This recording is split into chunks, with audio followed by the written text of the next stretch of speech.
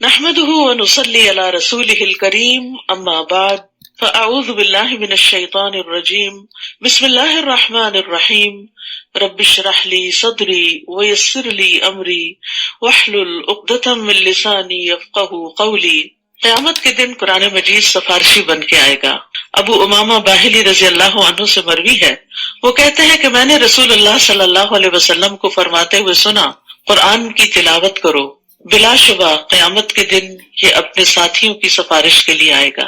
تو اس لیے قرآن پڑھتے رہنا چاہیے، قرآن کے ساتھ تعلق مضبوط رہنا چاہیے۔ زندگی کا کوئی دن ایسا نہ گزرے کہ جس میں انسان قرآن سے تعلق نہ رکھتا ہو۔ قاری قرآن کے لیے عزت کا تاج اور اللہ کی رضامندی ہے۔ ابو ہریرہ رضی اللہ عنہ سے روایت ہے کہ نبی صلی اللہ علیہ وسلم نے فرمایا، قیامت کے دن قرآن آئے گا اور کہے گا، اے میرے رب، اس قاری قرآن کو زیور پہنا دیں، تو اس شخص کو عزت کا تاج پہنایا جائے گا۔ امیجن کریں کہ وہ کتنا خوبصورت ہوگا۔ پھر قرآن کہے گا، اے میرے رب، اس میں اضافہ فرمائیں، یعنی ابھی اور بھی، تو اس کو عزت کا لباس پہنا دیا جائے گا۔ پھر قرآن کہے گا، اے میرے رب، اس سے راضی ہو جائیں، تو اللہ تعالیٰ اس شخص سے راضی ہو جائے گا۔ پھر اس سے کہا جائے گا، قرآن پڑھتے جاؤ اور جنت کے درجات چڑھتے جاؤ، ہر آیت کے ساتھ ایک نیکی بھی زیادہ کر دی جائے گی، ہر آیت کے ساتھ ایک درجہ بلند کر دیا جائے گا۔ والدین کے سر پر نور کا تاج پہنانے کا باعث ہوگا۔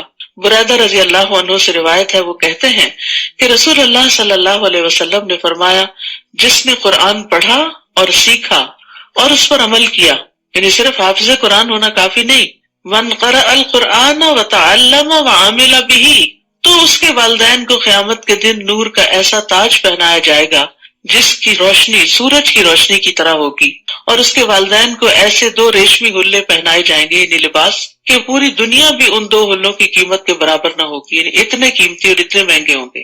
وہ دونوں کہیں گے، یہ ہمیں کیوں پہنایا گیا؟ تو کہا جائے گا، تمہارے بچے کے قرآن حاصل کرنے کی وجہ سے۔ آج ہم اپنے بچوں پر دنیا کی ڈگریاں حاصل کرنے کے لیے تو بے پناہ خرچ کرتے ہیں، لیکن اگر وہ قرآن کی تعلیم حاصل کرنا چاہیں تو بعض اوقات فیسیلیٹیٹ نہیں کرتے۔ یہاں سوال یہ پیدا ہوتا ہے نا کہ صاحب قرآن کے درجے تو بلند ہوں گے، ہر آیت کے بدلے درجہ بلند ہوگا، لیکن والدین کے کیوں ہوں گے؟ صرف اس لیے نہیں کہ انہوں نے پیدا کیا، اس لیے کہ انہوں نے اپنے بچے کو فیسیلیٹیٹ کیا۔ کوئی بھی بچہ حافظ قرآن، عالم قرآن بن نہیں سکتا جب تک اس کے ماں باپ کا اس پر ہاتھ نہ ہو اور وہ مسلسل اس کے لیے اپنا خون نہ چلا رہے ہو، کیونکہ بچہ ہی حفظ نہیں کرتا، ماں باپ کو شاید اس سے دگنی محنت کرنی پڑتی، تو وہ اس کا ایک اعزاز ہوگا اور اس کا ایک بدلہ ہوگا کہ اس کو قیامت کے دن اتنا بڑا اجر ملے گا۔ 16واں پارہ۔ اعوذ باللہ من الشیطان الرجیم، بسم اللہ الرحمن الرحیم، قال ألم أقل لك إنك لن تستطيع معي صبرا قال إن سألتك عن شيء بعدها فلا تصاحبني قد بلغت من لدني عذرا۔ شروع کرتی ہوں اللہ کے نام سے جو بے انتہا مہربان نہایت رحم فرمانے والا ہے۔ قال الم اقل لك انك لن تستطيع معي صبرا، خضر علیہ السلام نے کہا، میں نے کہا نہ تھا کہ تم میرے ساتھ کبھی صبر نہ کر سکو گے؟ تو حصول علم کے لیے صبر شرط ہے۔ موسیٰ نے کہا، اگر اس کے بعد میں نے کوئی بات پوچھی تو پھر مجھے اپنے ساتھ نہ رکھنا، اب میری طرف سے آپ پر کوئی عذر باقی نہ رہے گا۔ چنانچہ پھر وہ دونوں چل کھڑے ہوئے اگلی مہم کی طرف، یہاں تک کہ وہ دونوں ایک بستی والوں کے پاس آئے اور ان سے کھانا مانگا، مگر ان لوگوں نے ان کی ضیافت کرنے سے انکار کر دیا۔ وہاں انہوں نے ایک دیوار دیکھی جو گرا چاہتی تھی، خضر نے اس دیوار کو پھر سے قائم کر دیا۔ موسیٰ نے خضر سے کہا، اگر آپ چاہتے تو ان سے اس کام کی اجرت لے سکتے تھے۔ خضر نے کہا، اب میرا اور تمہارا ساتھ ختم ہوا، اب میں آپ کو ان باتوں کی حقیقت بتاتا ہوں جن پر آپ صبر نہ کر سکے۔ کشتی کا معاملہ تو یہ تھا کہ وہ چند مسکینوں کی ملکیت تھی، تو اس سے مسکین کی ڈیفینیشن کا بھی پتہ چلتا ہے کہ بعض اوقات زکوٰۃ کا مستحق کوئی ایسا شخص بھی ہو سکتا ہے۔ آپ کو معلوم ہے نا کہ زکوٰۃ کے مستحق میں فقراء اور مساکین ہیں، تو مسکین کون ہوتا ہے؟ مسکین وہ ہوتا ہے جس کے پاس ہو لیکن انف نہ ہو، بعض لوگ یہ سوال لے کر آتے ہیں کہ وہ ہماری بہن ہے، ان کے پاس گھر تو ہے لیکن شوہر فوت ہو گئے ہیں، بچوں کا کوئی بزنس نہیں، کھانے کو بھی نہیں، تو کیا کیا جائے؟ ان کے پاس گھر ہے، تو گھر ہونے سے کوئی شخص مسکین کی کیٹیگری سے باہر نہیں آتا اگر اس کے پاس کھانے پینے اور بیسک ضروریات کے لیے نہیں. یعنی یہاں مسکینوں کے پاس ایک شپ تھا، یہ کشتی تھی بہت بڑی، لیکن اس سے اتنی آمدنی حاصل نہیں ہوتی تھی کہ جس سے وہ اپنی ضروریات زندگی کو پورا کر سکے. تو اس لیے بعض اوقات کسی شخص کے پاس کوئی پراپرٹی ہو سکتی ہے، وہ سیل ہی نہ ہو رہی ہو، لیکن 2 وقت کا کھانا نہیں ہے اس کے پاس، تو ایسی صورت میں اس شخص کو زکوٰۃ دی جا سکتی ہے. ہاں، جس کے پاس ڈیلی آمدنی یا ماہوار یا ویسے اس کے پاس بہت کچھ ہے تو پھر وہ مسکین نہیں ہوتا. کشتی کا معاملہ تو یہ تھا کہ وہ چند مسکینوں کی ملکیت تھی جو دریا پر محنت مزدوری کرتے تھے. میں نے چاہا کہ اس کشتی کو عیب دار کر دوں، کیونکہ ان کے آگے ایک ایسا بادشاہ تھا جو ہر کشتی کو زبردستی چھین لیتا تھا. تو بات یہ ہے کہ بعض اوقات زندگی میں ایسے نقصان ہو جاتے ہیں کہ انسان کو اس کی مصلحت اور حکمت سمجھ میں نہیں آتی اور انسان اس پر پریشان ہوتا ہے کہ ایسا کیوں ہو گیا میرے ساتھ. تو اس کے پیچھے کیا فائدہ ہے وہ اللہ کو معلوم ہوتا ہے. تو یہاں بھی وہی چیز ہمیں نظر آ رہی ہے کہ مسکینوں کی ایک آمدنی کا ذریعہ تھا اور انہوں نے اس کو بھی خراب کر دیا، لیکن یہ کہ وہ اس لیے کیا تھا کہ تاکہ یہ کشتی اگر عیب دار ہوگی تو ان کے ہاتھ سے پوری نہیں جائے گی ورنہ بادشاہ چھین لے گا. اور لڑکے کا قصہ یہ ہے کہ اس کے والدین مومن تھے. ہمیں اندیشہ ہوا کہ یہ لڑکا اپنی سرکشی اور کفر کی وجہ سے ان پر کوئی مصیبت نہ لا کھڑی کرے. تو اللہ سبحانہ وتعالیٰ کس طرح اپنے دوستوں کے لیے حسن تدبیر کرتا ہے. بظاہر تکلیف دہ معاملہ ہوتا ہے لیکن اس کے باطن میں اللہ کی رحمت ہوتی ہے. تو مومن کے لیے اللہ کی تقدیر اپنی خواہش سے بہتر ہوتی ہے. یعنی بعض اوقات آپ کی خواہشات ہوتی ہیں، آپ دعائیں کرتے ہیں، مثلا کوئی عورت پریگننٹ ہوتی ہے، وہ اپنے آنے والے بچے کے لیے دعائیں، اس کی صحت کے لیے، اس کی زندگی کے لیے بہت سی دعائیں کرتی ہے، اس کو بہت سے خواب دیکھتی ہے، میں اپنے بچے کو یہ بناؤں گی، ایسا اور ایسا کروں گی. لیکن جب بچہ پیدا ہوتا ہے تو وہ بیمار ہوتا ہے یا معذور ہوتا ہے تو اس کے دل کے اندر ایک ڈاؤٹ آ جاتا ہے کہ کیا میری دعائیں قبول نہیں ہوئی یا مجھے دعائیں کرنی نہیں چاہیے. تو ایسا نہیں، بات یہ ہے کہ اللہ کو معلوم ہے کہ ماں کیا چاہتی ہے اور بچے کے حق میں کیا بہتر ہے، یا پھر اس ماں ہی کے حق میں آئندہ اس بچے کی وجہ سے کتنی بھلائیاں لکھی ہوئی ہیں جو اس کے بغیر حاصل نہیں ہو سکتی. تو یہاں پر بھی ہمیں یہ نقطہ یاد رکھنا چاہیے کہ بہت دفعہ ہماری دعاؤں کے برعکس ہمارے کام ہو جاتے ہیں، ہماری خواہشات کے برعکس چیزیں ہو رہی ہوتی، ہم ایک چیز چاہتے ہیں، اس سے محبت کرتے، وہ ہمیں حاصل ہی نہیں ہوتی. قتادہ کہتے ہیں کہ جب یہ لڑکا پیدا ہوا تھا تو اس کے والدین بہت خوش ہوئے تھے اور جب وہ قتل ہوا تو بہت غمگین ہوئے. آپ سوچئے ایک بیٹا ہو کسی کا اور وہ بھی بڑی دعاؤں اور تمناؤں سے لیا گیا اور پھر اس کے بعد اس کو قتل کر دیا جائے تو ماں باپ کے دل پر کیا بیتے گی. ایسے کئی واقعات آپ سنتے ہیں. تو یہاں بھی یہی ہوا، لیکن یہاں حکمت کیا تھی کہ اگر یہ لڑکا زندہ رہتا تو اس کے والدین تباہ ہو جاتے. چونکہ والدین نیک تھے تو اللہ تعالیٰ نے ان کو ایک بڑی آفت مصیبت سے بچا لیا جو ان کے اپنے گھر میں پیدا ہو گئی تھی. تو اس لیے انسان کو اللہ کی تقدیر پر راضی رہنا چاہیے، کیونکہ مومن کے لیے اللہ کی تقدیر جسے وہ ناپسند کرتا ہے، بعض اوقات ہمارا دل بہت گھٹتا ہے نا کہ یہ چیزیں ایسے کیوں ہو رہی ہیں، تو وہ اس تقدیر سے بہتر ہے جسے وہ پسند کرتا ہے. یعنی بندہ جو چیز اپنے لیے چاہتا ہے اس سے بہتر ہے جو اللہ کا فیصلہ ہوتا ہے، بظاہر تکلیف دہ ہی کیوں نہ ہو. رسول اللہ صلی اللہ علیہ وسلم نے فرمایا جس بچے کو خضر علیہ السلام نے قتل کیا تھا وہ کافر پیدا ہوا تھا، اگر وہ زندہ رہتا تو اپنے والدین کو سرکشی اور کفر پہ مجبور کر دیتا تو ماں باپ کا بھی ایمان جاتا، کیونکہ بعض اوقات ماں باپ بچوں کی محبت کے ہاتھوں انہی کا دین یا انہی کے طریقے اختیار کر لیتے ہیں. اور یہاں یہ بھی یاد رکھیے کہ کبھی بھی تقدیر کے فیصلے پہ اللہ کو الزام نہ دے کہ وائی می، اللہ آپ نے میرے لیے یہ کیوں لکھا یا یہ چیز کیوں زندگی میں پیش آئی. عبادہ بن صامت سے روایت ہے، وہ کہتے ہیں کہ ایک آدمی نبی صلی اللہ علیہ وسلم کے پاس آیا اور کہنے لگا اللہ کے نبی کون سا عمل افضل ہے؟ آپ نے فرمایا اللہ پر ایمان لانا، اس کی تصدیق کرنا، اس کے راستے میں جہاد کرنا. اس نے کہا اللہ کے رسول میں اس سے آسان عمل چاہتا ہوں، یعنی میرے میں اتنی ہمت نہیں کہ یہ سب کچھ کر سکوں. آپ نے فرمایا عفو درگزر کرنا اور صبر کرنا. اس نے کہا اللہ کے رسول میرا ارادہ تو اس سے بھی آسان عمل کا ہے. آپ نے فرمایا کہ اللہ تمہارے بارے میں جو فیصلہ کر دیں اس پر اللہ تبارک و تعالیٰ کو الزام نہیں دینا. یعنی کچھ بھی زندگی میں پیش آ جائے تو یہ سوچنا کہ اس میں بھی خیر ہوگی، میرے رب نے مجھ پہ ظلم نہیں کیا، اس میں بھی کوئی حکمت ہے، کوئی مصلحت ہے. رضیت باللہ ربن، یعنی جب دل بھر آئے، جب دل پریشان ہو، جب چیزیں مرضی کے مطابق نہ ہو، تو یہ کلمہ اونچی آواز میں پکارتے رہا کرے، رضیت باللہ ربن، میں اپنے رب کے رب ہونے پر راضی ہوں، مجھے کوئی اعتراض نہیں، میں بالکل بھی ناراض نہیں ہوں. تو اللہ سبحانہ وتعالیٰ اس شخص کا دل بھی رضا سے بھر دے گا پھر، اور قیامت کے دن بھی اس سے راضی ہو جائے گا. فَأَرَدْنَا أَن يُبْدِلَهُمَا رَبُّهُمَا خَيْرًا مِّنْهُ زَكَاةً وَأَقْرَبَ رُحْمًا، لہذا ہم نے چاہا کہ ان کا رب اس لڑکے کے بدل انہیں اس سے بہتر لڑکا عطا کرے جو پاکیزہ اخلاق والا اور قرابت کا بہت خیال رکھنے والا ہو، یعنی والدین کے حق میں صلہ رحمی کرنے والا ہو. اور دیوار کی بات یہ ہے کہ وہ 2 یتیم لڑکوں کی تھی جو اس شہر میں رہتے تھے. اس دیوار کے نیچے ان کے لیے خزانہ دفن تھا، اور ان کا باپ ایک صالح آدمی تھا. لہٰذا آپ کے رب نے چاہا کہ یہ دونوں یتیم اپنی جوانی کو پہنچ کر اپنا خزانہ نکال لیں. یہ جو کچھ میں نے کیا سب آپ کے رب کی رحمت تھی. خضر نے خود کو کریڈٹ نہیں دیا، رب کی رحمت بتائی. میں نے اپنے اختیار سے کچھ بھی نہیں کیا، یعنی یہ تو اللہ کے احکام تھے جو میرے پاس آئے تھے، اور میں ان احکامات کی پیروی کر رہا تھا. یہ ہے ان باتوں کی حقیقت جن پر آپ صبر نہ کر سکے. تو اللہ تعالیٰ کے احکامات 2 طرح کے ہوتے ہیں. ایک شرعی احکامات ہوتے ہیں جو پیغمبروں کو وحی کے ذریعے دیے جاتے ہیں، قرآن کی شکل میں، حدیث کی شکل میں. اور ایک کونی احکامات، تکوینی احکامات کہ جو کائنات سے متعلق ہوتے ہیں. اس کے لیے اللہ تعالیٰ نے اپنے فرشتے مقرر کر رکھے ہوتے ہیں کہ جن کے ذریعے وہ ان احکامات کی تعمیل کرواتا ہے. اب آپ دیکھیے کہ موسیٰ علیہ السلام کے لیے چونکہ حضرت خضر جو تھے وہ ایک انسان کی شکل میں یہ سارے کام کر رہے تھے، تو انہیں بڑے اچنبھے لگ رہے تھے، یعنی حیرت ہو رہی تھی کہ یہ سب کچھ کیا ہو رہا ہے اور کیوں ہو رہا ہے، اور یہ کچھ ٹھیک نہیں ہو رہا.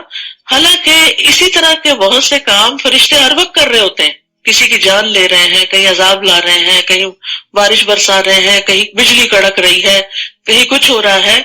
تو ہم میں سے کوئی یہ نہیں کہتا کہ دس از انفیئر، وہ کہتا ہے دس از پارٹ آف لائف. تو خضر علیہ السلام نے جب کیا تو وہ ان کو عجیب لگ رہے تھے. لیکن جب بھی کوئی شخص اللہ کے حکم سے کوئی کام کرتا ہے، وہ انسان ہو، وہ فرشتہ ہو، وہ پیغمبر ہو، ہماری عقل میں اگر وہ نہیں سماتا، ہماری عقل سے وہ بالا ہے، تو اس پر ہمیں اللہ کے فیصلوں پہ راضی ہو جانا چاہیے، اس پر ایمان لے آنا چاہیے، کیونکہ اسی کے اندر خیر ہوتی ہے. اور یہاں جو آخری واقعہ پیش آیا کہ جس بستی والوں نے انہیں کھانا نہیں دیا، وہاں خضر نے ایک دیوار بنا دی. یہ دیوار کیوں بنائی گئی تھی؟ یتیم بچوں کے خزانے کو محفوظ کرنے کے لیے. اور کہا جاتا ہے کہ وہ باپ عالم تھا اور بچوں کے لیے بہت سی کتابیں چھوڑ کر گیا تھا جو وہ اس کے نیچے تھی. یعنی خزانے سے مراد صرف مال دولت نہیں تھی بلکہ علم کا خزانہ تھا، کیونکہ علم کی دولت دنیا کی دولت سے کہیں زیادہ بہتر ہوتی ہے. باقی دولت تو انسان کے ہاتھ سے چلی جاتی ہے، لیکن علم جو ہے وہ انسان کے ساتھ قبر میں بھی جاتا ہے. یہاں سے ایک اور بڑی اہم بات پتہ چلتی ہے، وہ یہ کہ نیک آدمی کی اولاد کی حفاظت کی جاتی ہے. یعنی آپ اگر نیک کام کرتے ہیں، اچھے کام کرتے ہیں، تو اس کا صلہ اگر آپ کو اپنی زندگی میں نظر نہیں آتا تو آپ اولاد کی خوشیوں کی شکل میں دیکھیں گے. اور والدین کی نیکیوں اور اس کی عبادت کی برکت سے اولاد کو دنیا اور آخرت میں بھلائیاں ملتی ہیں، کیونکہ دنیا میں وہ ان کے نام سے کماتا ہے اور آخرت میں وہ والدین کی سفارش کا بھی حقدار ہو سکتا ہے. یعنی اگر اولاد اتنی نیک نہیں، ماں باپ بہت نیک تھے، تو اولاد کے حق میں سفارش کریں، جیسے حافظ قرآن کو شفاعت کا حق ملے گا، یا اسی طرح اور بھی. اور پھر اولاد کے جنت میں بھی درجے بلند کیے جائیں گے اپنے والدین کی ملاقات کے لیے. اور والدین کی نیکیوں کے سبب اولاد کی بعض پریشانیاں بھی دور ہوتی ہیں، ان کی دعائیں بھی اولاد کے حق میں جب قبول ہوتی ہیں تو والدین کے لیے باعث اطمینان ہوتی ہیں. کسی کا کہنا ہے کہ جب بھی میں کسی سلجھے ہوئے خوشحال نوجوان کو دیکھتا ہوں تو مجھے یقین ہو جاتا ہے کہ ضرور اس کا باپ صالح اور نیک آدمی ہوگا، تب یہ بچہ اتنا سلجھا ہوا ہے. اور مجھے اس آیت کی صداقت نظر آنے لگتی ہے، وَكَانَ أَبُوهُمَا صَالِحًا. تو باپ اگر نیک ہو تو فائدہ دنیا میں ہی اولاد کو ہونے لگتا ہے. ڈاکٹر نبیل عوضی کہتے ہیں کہ مجھے جب نوافل کی ادائیگی میں سستی اور کاہلی ہونے لگتی ہے تو مجھے اپنے بیٹے کی دنیا کی پریشانیاں یاد آتی ہیں کہ کہیں نوافل کی ادائیگی میں میری سستی میری اولاد کی پریشانی کا باعث نہ بنے. یعنی بچے ایگزام کے لیے پریشان ہیں، پڑھائی میں، بزنس میں، جاب میں، اپنی فیملی لائف میں، اپنے بچوں کی وجہ سے پریشان ہیں. تو آپ دیکھیں کہ جب والدین بزرگ ہو جاتے ہیں تو ان کا کام پھر کیا رہ جاتا ہے؟ دعائیں اور نوافل اور عبادت. اور سب سے زیادہ تڑپ کے جو ماں باپ کی دعائیں ہوتی ہیں وہ اولاد ہی کے لیے نکلتی ہیں. تو اس لیے وہ کہتے ہیں کہ کان ابوہما صالحا، اگر ماں باپ نیک ہوں گے، خصوصاً اگر باپ نیک ہوگا تو پھر اس کے اثرات جو ہے، یہ نہیں کہ ماں نہیں، لیکن یہاں باپ کا چونکہ لفظ استعمال ہوا ہے اس لیے ظاہری معنی کے اوپر۔ عبداللہ بن مسعود رضی اللہ عنہ جب رات میں نوافل ادا کر رہے ہوتے تھے تو اپنے چھوٹے بچے کو سویا ہوا دیکھ کر کہتے تھے من اجلک یا بنیا، اے میرے بیٹے یہ تیرے روشن مستقبل کے لیے، یعنی میں نفل پڑھ رہا ہوں۔ اور روتے ہوئے اللہ تعالیٰ کا یہ قول پڑھتے تھے وَكَانَ أَبُوهُمَا صَالِحًا، کہ ان بچوں کا جن کا خزانہ محفوظ ہو ان کا باپ نیک تھا، تو میں اس لیے نیک بن رہا ہوں تاکہ میری اولاد کو پریشانی نہ ہو۔ ابن مسیب کہتے ہیں اے میرے بیٹے بے شک میں نے تیرے فائدے کی خاطر اپنی نماز کی رکعتیں یا قیام زیادہ کر لیا، یعنی بچوں کے فائدے کے لیے نمازیں زیادہ کر دی، اور یہ نوافل، فرض تو سب کے اپنے اپنے ہی ہوتے ہیں، نوافل زیادہ کر لیے اس امید پر کہ تمہارے بارے میں میری حفاظت کی جائے گی، نہیں مجھے تمہاری طرف سے کوئی پریشانی نہیں دیکھنی پڑے گی۔ یاد رکھیے اولاد کی پریشانی جو ہوتی ہے وہ ماں باپ کو اپنی پریشانی سے بھی آگے ہوتی ہے، وہ اپنے آپ کو بھول جاتے ہیں، اپنا دکھ بھول جاتے ہیں، لیکن بچوں کا دکھ ان سے دیکھا نہیں جاتا۔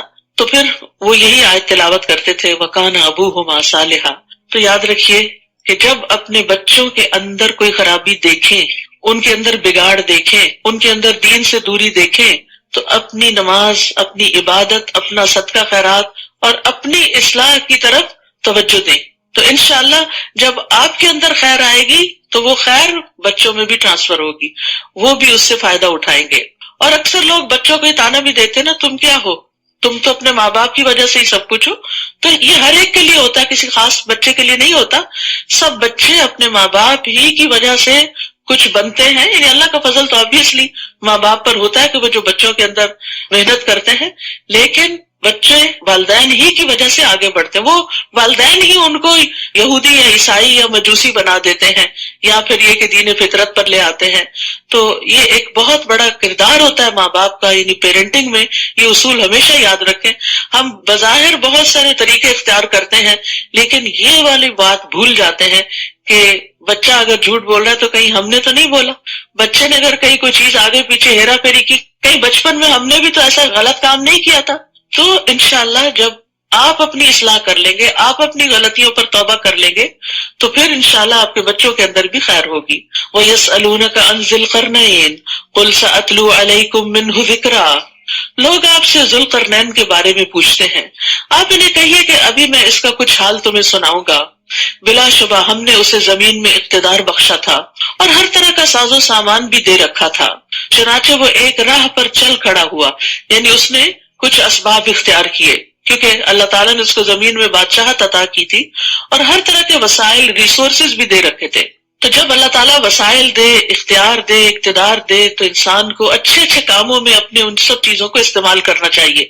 حتیٰ کہ وہ سورج غروب ہونے کی حد تک پہنچ گیا، اسے یوں معلوم ہوا جیسے سورج سیاہ کیچڑ والے چشمے میں ڈوب رہا ہے۔ وہاں اس نے ایک قوم دیکھی، ہم نے کہا اے ذوالقرنین تجھے اختیار ہے، خواہ تو ان کو سزا دے یا ان سے نیک رویہ اختیار کرے، یعنی ہم نے تجھے اتنی اتھارٹی دی ہے کہ چاہے تم ان کو سزا دو یا ان پہ احسان کرو، کوئی فرق نہیں پڑتا، تو ہم تم سے نہیں پوچھیں گے۔ ذوالقرنین نے کہا جو شخص ظلم کرے گا اسے تو ہم بھی سزا دیں گے، پھر جب وہ اپنے رب کی طرف لوٹایا جائے گا تو وہ اور بھی سخت عذاب دے گا۔ یہ ہے انصاف کی بات۔ وَأَمَّا مَنْ آمَنَ وَعَمِلَ صَالِحًا فَلَهُ جَزَاءً الْحُسْنَى وَسَنَقُولُ لَهُ مِنْ أَمْرِنَا يُسْرًا۔ البتہ جو ایمان لے آیا اور نیک عمل کیے اسے اچھا بدلہ ملے گا اور اسے ہم اپنے آسان سے کام کرنے کو کہیں گے، یعنی نیک لوگوں کے لیے زندگی میں دنیا میں بھی آسانیاں ہوتی ہیں۔ پھر وہ ایک اور راہ پہ چل پڑا، یعنی کچھ اور اسباب اختیار کیے، حتیٰ کہ وہ طلوع آفتاب کی حد تک جا پہنچا، یعنی مشرقی کنارے پہ جا پہنچا۔ اسے ایسا معلوم ہوا کہ سورج ایسی قوم پر طلوع ہو رہا ہے کہ سورج اور اس کی قوم کے درمیان ہم نے کوئی آڑ نہیں بنائی۔ واقعہ ایسا ہی تھا، اور ذوالقرنین کو جو حالات پیش آئے اسے ہم خوب جانتے ہیں۔ پھر وہ ایک تیسری راہ پر چل پڑا، حتیٰ کہ وہ دو بلند گھاٹیوں کے درمیان جا پہنچا۔ وہاں ان کے پاس اس نے ایسی قوم دیکھی جو بات بھی نہ سمجھتی تھی۔ وہ کہنے لگے اے ذوالقرنین، یاجوج اور ماجوج نے اس زمین میں فساد مچا رکھا ہے، اگر ہم آپ کو کچھ چندہ اکٹھا کر دیں تو کیا آپ ہمارے اور ان کے درمیان ایک دیوار چن دیں گے، یعنی ہماری مدد کریں؟ ذوالقرنین نے جواب دیا میرے رب نے مجھے جو مالی قوت دے رکھی ہے وہ بہت ہے، یعنی مجھے تمہارے مال کی ضرورت نہیں۔ منصف بادشاہ تھا نا، تو جو منصف بادشاہ ہوتے ہیں وہ لوگوں کی خیر کا پیغام لے کے جاتے ہیں، نہ کہ وہاں سے کچھ فائدے سمیٹنے جاتے ہیں۔ تو مجھے جو میرے رب نے مال دیا ہے وہ میرے لیے بہت ہے، تم بس بدنی قوت سے میری مدد کرو، یعنی محنت کر کے، تو میں ان کے اور تمہارے درمیان بند بنا دوں گا، تو یاجوج ماجوج تم تک نہیں پہنچ سکیں گے۔ تو اس سے یہ پتہ چلتا ہے کہ ایک عادل بادشاہ جو ہے وہ اپنے رعایا کے حقوق کی حفاظت کرتا ہے، ان کی ضروریات کو پورا کرتا ہے، ان کی سرحدوں کی اصلاح کرتا ہے، اور جس مال کو وہ بیت المال میں جمع کرتا ہے ان کو وہ اچھے کاموں اور اچھے پروجیکٹس میں استعمال کرتا ہے۔ اور اچھا انتظام کرنے کے لیے بادشاہ پہ 3 شرائط عائد ہوتی ہیں۔ پہلی بات، اس خزانے میں سے اپنے لیے کچھ خاص نہ کرے، یعنی وہ اس خزانے پہ اپنا ذاتی تصرف نہ کرے اور اس پر یہ نظر نہ رکھے کہ میں اس سے کیا فائدہ اٹھاؤں۔ دوسرا یہ ہے کہ سب سے پہلے ضرورت مندوں پر خرچ کرنے سے ابتدا کرے اور ان کی مدد کرے، غریب لوگ اور جو محتاج ہیں ان سے آغاز کرے۔ اور تیسرے، لوگوں کے مرتبوں کے مطابق عطیات دینے میں مساوات سے کام لے، یعنی جو لوگ اس مملکت کے اندر بڑے بڑے کام کر رہے ہوں ان کو جب کوئی سیلری یا کوئی گفٹ یا ان کے اپریسیشن کے لیے کوئی ٹوکن دیا جائے تو پھر سب کے ساتھ مساوات بھی برتی جائے، لیکن جو رعایا کی ضرورت پوری نہ کرے اس کے لیے وعید بھی ہے۔ رسول اللہ صلی اللہ علیہ وسلم نے فرمایا، اللہ عز و جل جس شخص کو مسلمانوں کے امور کا والی اور ذمہ دار بنائے اور پھر وہ ان کی ضروریات، حاجت مندی اور فقیری میں ان سے ملنے سے گریز کرے تو اللہ بھی اس سے حجاب فرما لے گا، جبکہ وہ ضرورت مند ہوگا، محتاج ہوگا اور فقیر ہوگا۔ آتونی زبر الحدید، مجھے لوہے کی چادریں لا دو۔ ذوالقرنین نے جب ان چادروں کو ان دونوں گھاٹیوں کے درمیان برابر کر کے خلا کو پاٹ دیا تو ان سے کہا کہ اب آگ دہکاؤ، حتیٰ کہ جب لوہے کی چادریں آگ کی طرح سرخ ہو گئی تو اس نے کہا اب میرے پاس پگھلا ہوا تانبا لاؤ کہ میں ان چادروں کے درمیان بہا کر پیوست کر دوں، یعنی اس کو بالکل برابر کر دوں۔ تو اس سے یہ پتہ چلتا ہے کہ ذوالقرنین نے سارا کام اپنے ہاتھ میں نہیں لیا ہوا تھا، بلکہ اس کو ڈیلیگیٹ کیا اور سب کا تعاون بھی حاصل کیا۔ تو جو لوگ مل جل کر کام کرتے ہیں، کوئی چادریں لا رہا ہے اور کوئی ان کو تپا رہا ہے اور کوئی تانبا پگھلا رہا ہے اور پھر کوئی الٹا رہا ہے، تو اس سے کیا ہوتا ہے، بہت بڑے بڑے کام ہو جاتے ہیں۔ اور جب ہم اکیلے ہی سب کام کرنے کو چل پڑتے ہیں اور اپنے ہی ہاتھ میں سب کچھ لے لیتے ہیں تو پھر بڑا کام نہیں ہو سکتا۔ اس لیے نیکی کے کاموں میں جہاں دوسروں سے تعاون کرنا چاہیے وہاں دوسروں کا تعاون بھی خوشی سے لینا چاہیے، ان کو ویلکم کرنا چاہیے، ان کے آئیڈیاز کو ویلکم کرنا چاہیے، ان کی مدد لینے کو خوشی کا باعث سمجھنا چاہیے کہ آپ ان کو نیکی کا موقع دے رہے ہیں۔ کیونکہ بعض اوقات ہم یہ کہتے ہیں کیا کسی کو تکلیف دینی، کیا اس کو کہنا، نہیں، جب آپ کسی کو کچھ کہتے ہیں تو اس کو بھی ایک اچھے کام کا موقع ملتا ہے۔ بعض لوگ ہوتے ہیں ان کو نیکی کے کام کے اور بڑے بڑے کاموں کے بڑے خوبصورت آئیڈیاز آتے رہتے، لیکن کچھ لوگوں کا دماغ اس طرح کام نہیں کرتا۔ کچھ لوگ جو ہیں وہ دور تک دیکھ سکتے ہیں چیزوں کو، اور کچھ لوگ قریب کی چیزیں بھی انہیں سمجھ نہیں آتی کیا کرنی۔ تو ایسے میں جن لوگوں کو اللہ نے ذہنی صلاحیت دی ہو، لیڈرشپ کے مقام پر فائز کیا ہو، انہیں چاہیے کہ وہ بندوں سے کام لینا بھی جانے۔ یعنی ایک بہت بڑی کوالٹی ہوتی ہے کہ آپ کسی کو کام لگا دیں۔ ایک ہے آپ خود محنت مزدوری کریں جیسے کوئی مزدور کر رہا ہوتا ہے، ایک ہے کوئی ایسا بزنس شروع کرتا ہے کہ 1000 لوگوں کو محنت مزدوری پہ لگا دیتا ہے، کتنے لوگوں کی جاب نکال دیتا ہے اس میں سے۔ تو یہ ظاہر آبویسلی ایک بڑا کام ہے۔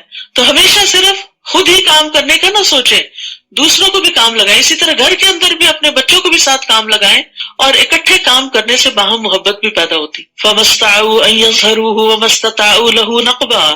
اس طرح یہ بند ایسا بن گیا کہ یاجوج ماجوج نہ تو اس کے اوپر چڑھ سکتے تھے اور نہ ہی اس میں کوئی سوراخ کر سکتے تھے۔ ذوالقرنین کہنے لگا یہ میرے رب کی رحمت سے بن گیا ہے، مگر میرے رب کے وعدے کا وقت آ جائے گا تو وہ اس بند کو پیوند خاک کر دے گا، یعنی اللہ کے سامنے تو یہ دیوار کچھ بھی نہیں، اور میرے رب کا وعدہ برحق ہے۔ اس دن ہم لوگوں کو کھلا چھوڑ دیں گے، قیامت کے دن، کہ وہ ایک دوسرے سے گتھم گتھا ہو جائیں، اور سور پھونکا جائے گا، پھر ہم سب لوگوں کو اکٹھا کر دیں گے۔ حشر کا مطلب ہوتا ہے جمع کرنا، ان کو جمع کر دیں گے۔ اس دن ہم جہنم کو کافروں کے سامنے لے آئیں گے جن کی آنکھوں پر میرے ذکر سے غفلت کا پردہ پڑا ہوا تھا اور وہ کچھ سننے کو ہی تیار نہ تھے۔ استغفر اللہ۔ یہ 2 فیکلٹیز جو استعمال نہیں کرتا رب کو پہچاننے کے لیے اور رب کی یاد کے لیے، تو پھر وہ بہت ناشکرا انسان ہوتا ہے۔ کیا کافروں نے یہ سمجھ رکھا ہے کہ وہ مجھے چھوڑ کر میرے بندوں کو ہی کارساز بنا لیں گے؟ ہم نے ایسے لوگوں کی مہمانی کے لیے جہنم تیار کر رکھی ہے۔ آپ ان سے کہیے، کیا ہم تمہیں بتائیں کہ لوگوں میں اعمال کے لحاظ سے سب سے زیادہ نقصان اٹھانے والے کون ہیں؟ یعنی جو کام بھی کرتے ہیں لیکن انہیں ان کے کام کا کوئی فائدہ نہیں ہوگا بلکہ الٹا نقصان ہی ہوگا۔ یہ وہ لوگ ہیں جنہوں نے اپنی تمام تر کوشش دنیا کی زندگی کے لیے ہی کھپا دی۔ ان کی نیت، ارادہ، ان کا غم، ہم، فکر، سب کا سب صرف دنیا تھی، اور جو کچھ انہوں نے کیا صرف دنیا کے فائدے کے لیے کیا۔ پھر وہ یہ بھی سمجھے بیٹھے ہیں کہ وہ بڑے اچھے کام کر رہے ہیں، یعنی اپنے کاموں پر، اپنی کارکردگی، پرفارمنس پر بڑے خوش بھی ہیں۔ تو اس بات کی دلیل ہے کہ کچھ لوگ کام تو کرتے ہیں اور وہ سمجھتے ہیں کہ وہ اچھا کام کر رہے ہیں، لیکن اس کے باوجود ان کی ساری محنت ضائع ہو جاتی ہے۔ اچھا کرنے کے باوجود ان کو حاصل کچھ نہیں ہوتا۔ وجہ عقیدے کی خرابی، ریاکاری، اللہ کے لیے کام نہ کرنا، اللہ کی رضا کے لیے محنت نہ کرنا، بلکہ صرف لوگوں کو دکھانے کے لیے تاکہ لوگ اپریشیٹ کریں۔ اور اب دیکھیے کہ یہ چیز بچپن سے بچوں کے دل میں ڈالنی چاہیے۔ ہم ایک بڑا جملہ بولتے ہیں بے سوچے سمجھے، دیکھو لوگ کیا کہیں گے، میری ناک کٹ جائے گی، تمہارا خاندان کیا کہے گا، تمہیں کوئی قبول نہیں کرے گا، تمہیں کوئی پوچھے گا نہیں۔ ہر وقت لوگوں کی پریشانی ان کے دل پہ ڈالتے ہیں کہ لوگوں کی نظر میں اچھے بن جاؤ۔ لوگ اگر تمہیں اچھا سمجھ لیں گے تو تم کوئی چیز ہوگے، اور اگر لوگوں نے تمہیں ریجیکٹ کر دیا تو تم کچھ بھی نہیں۔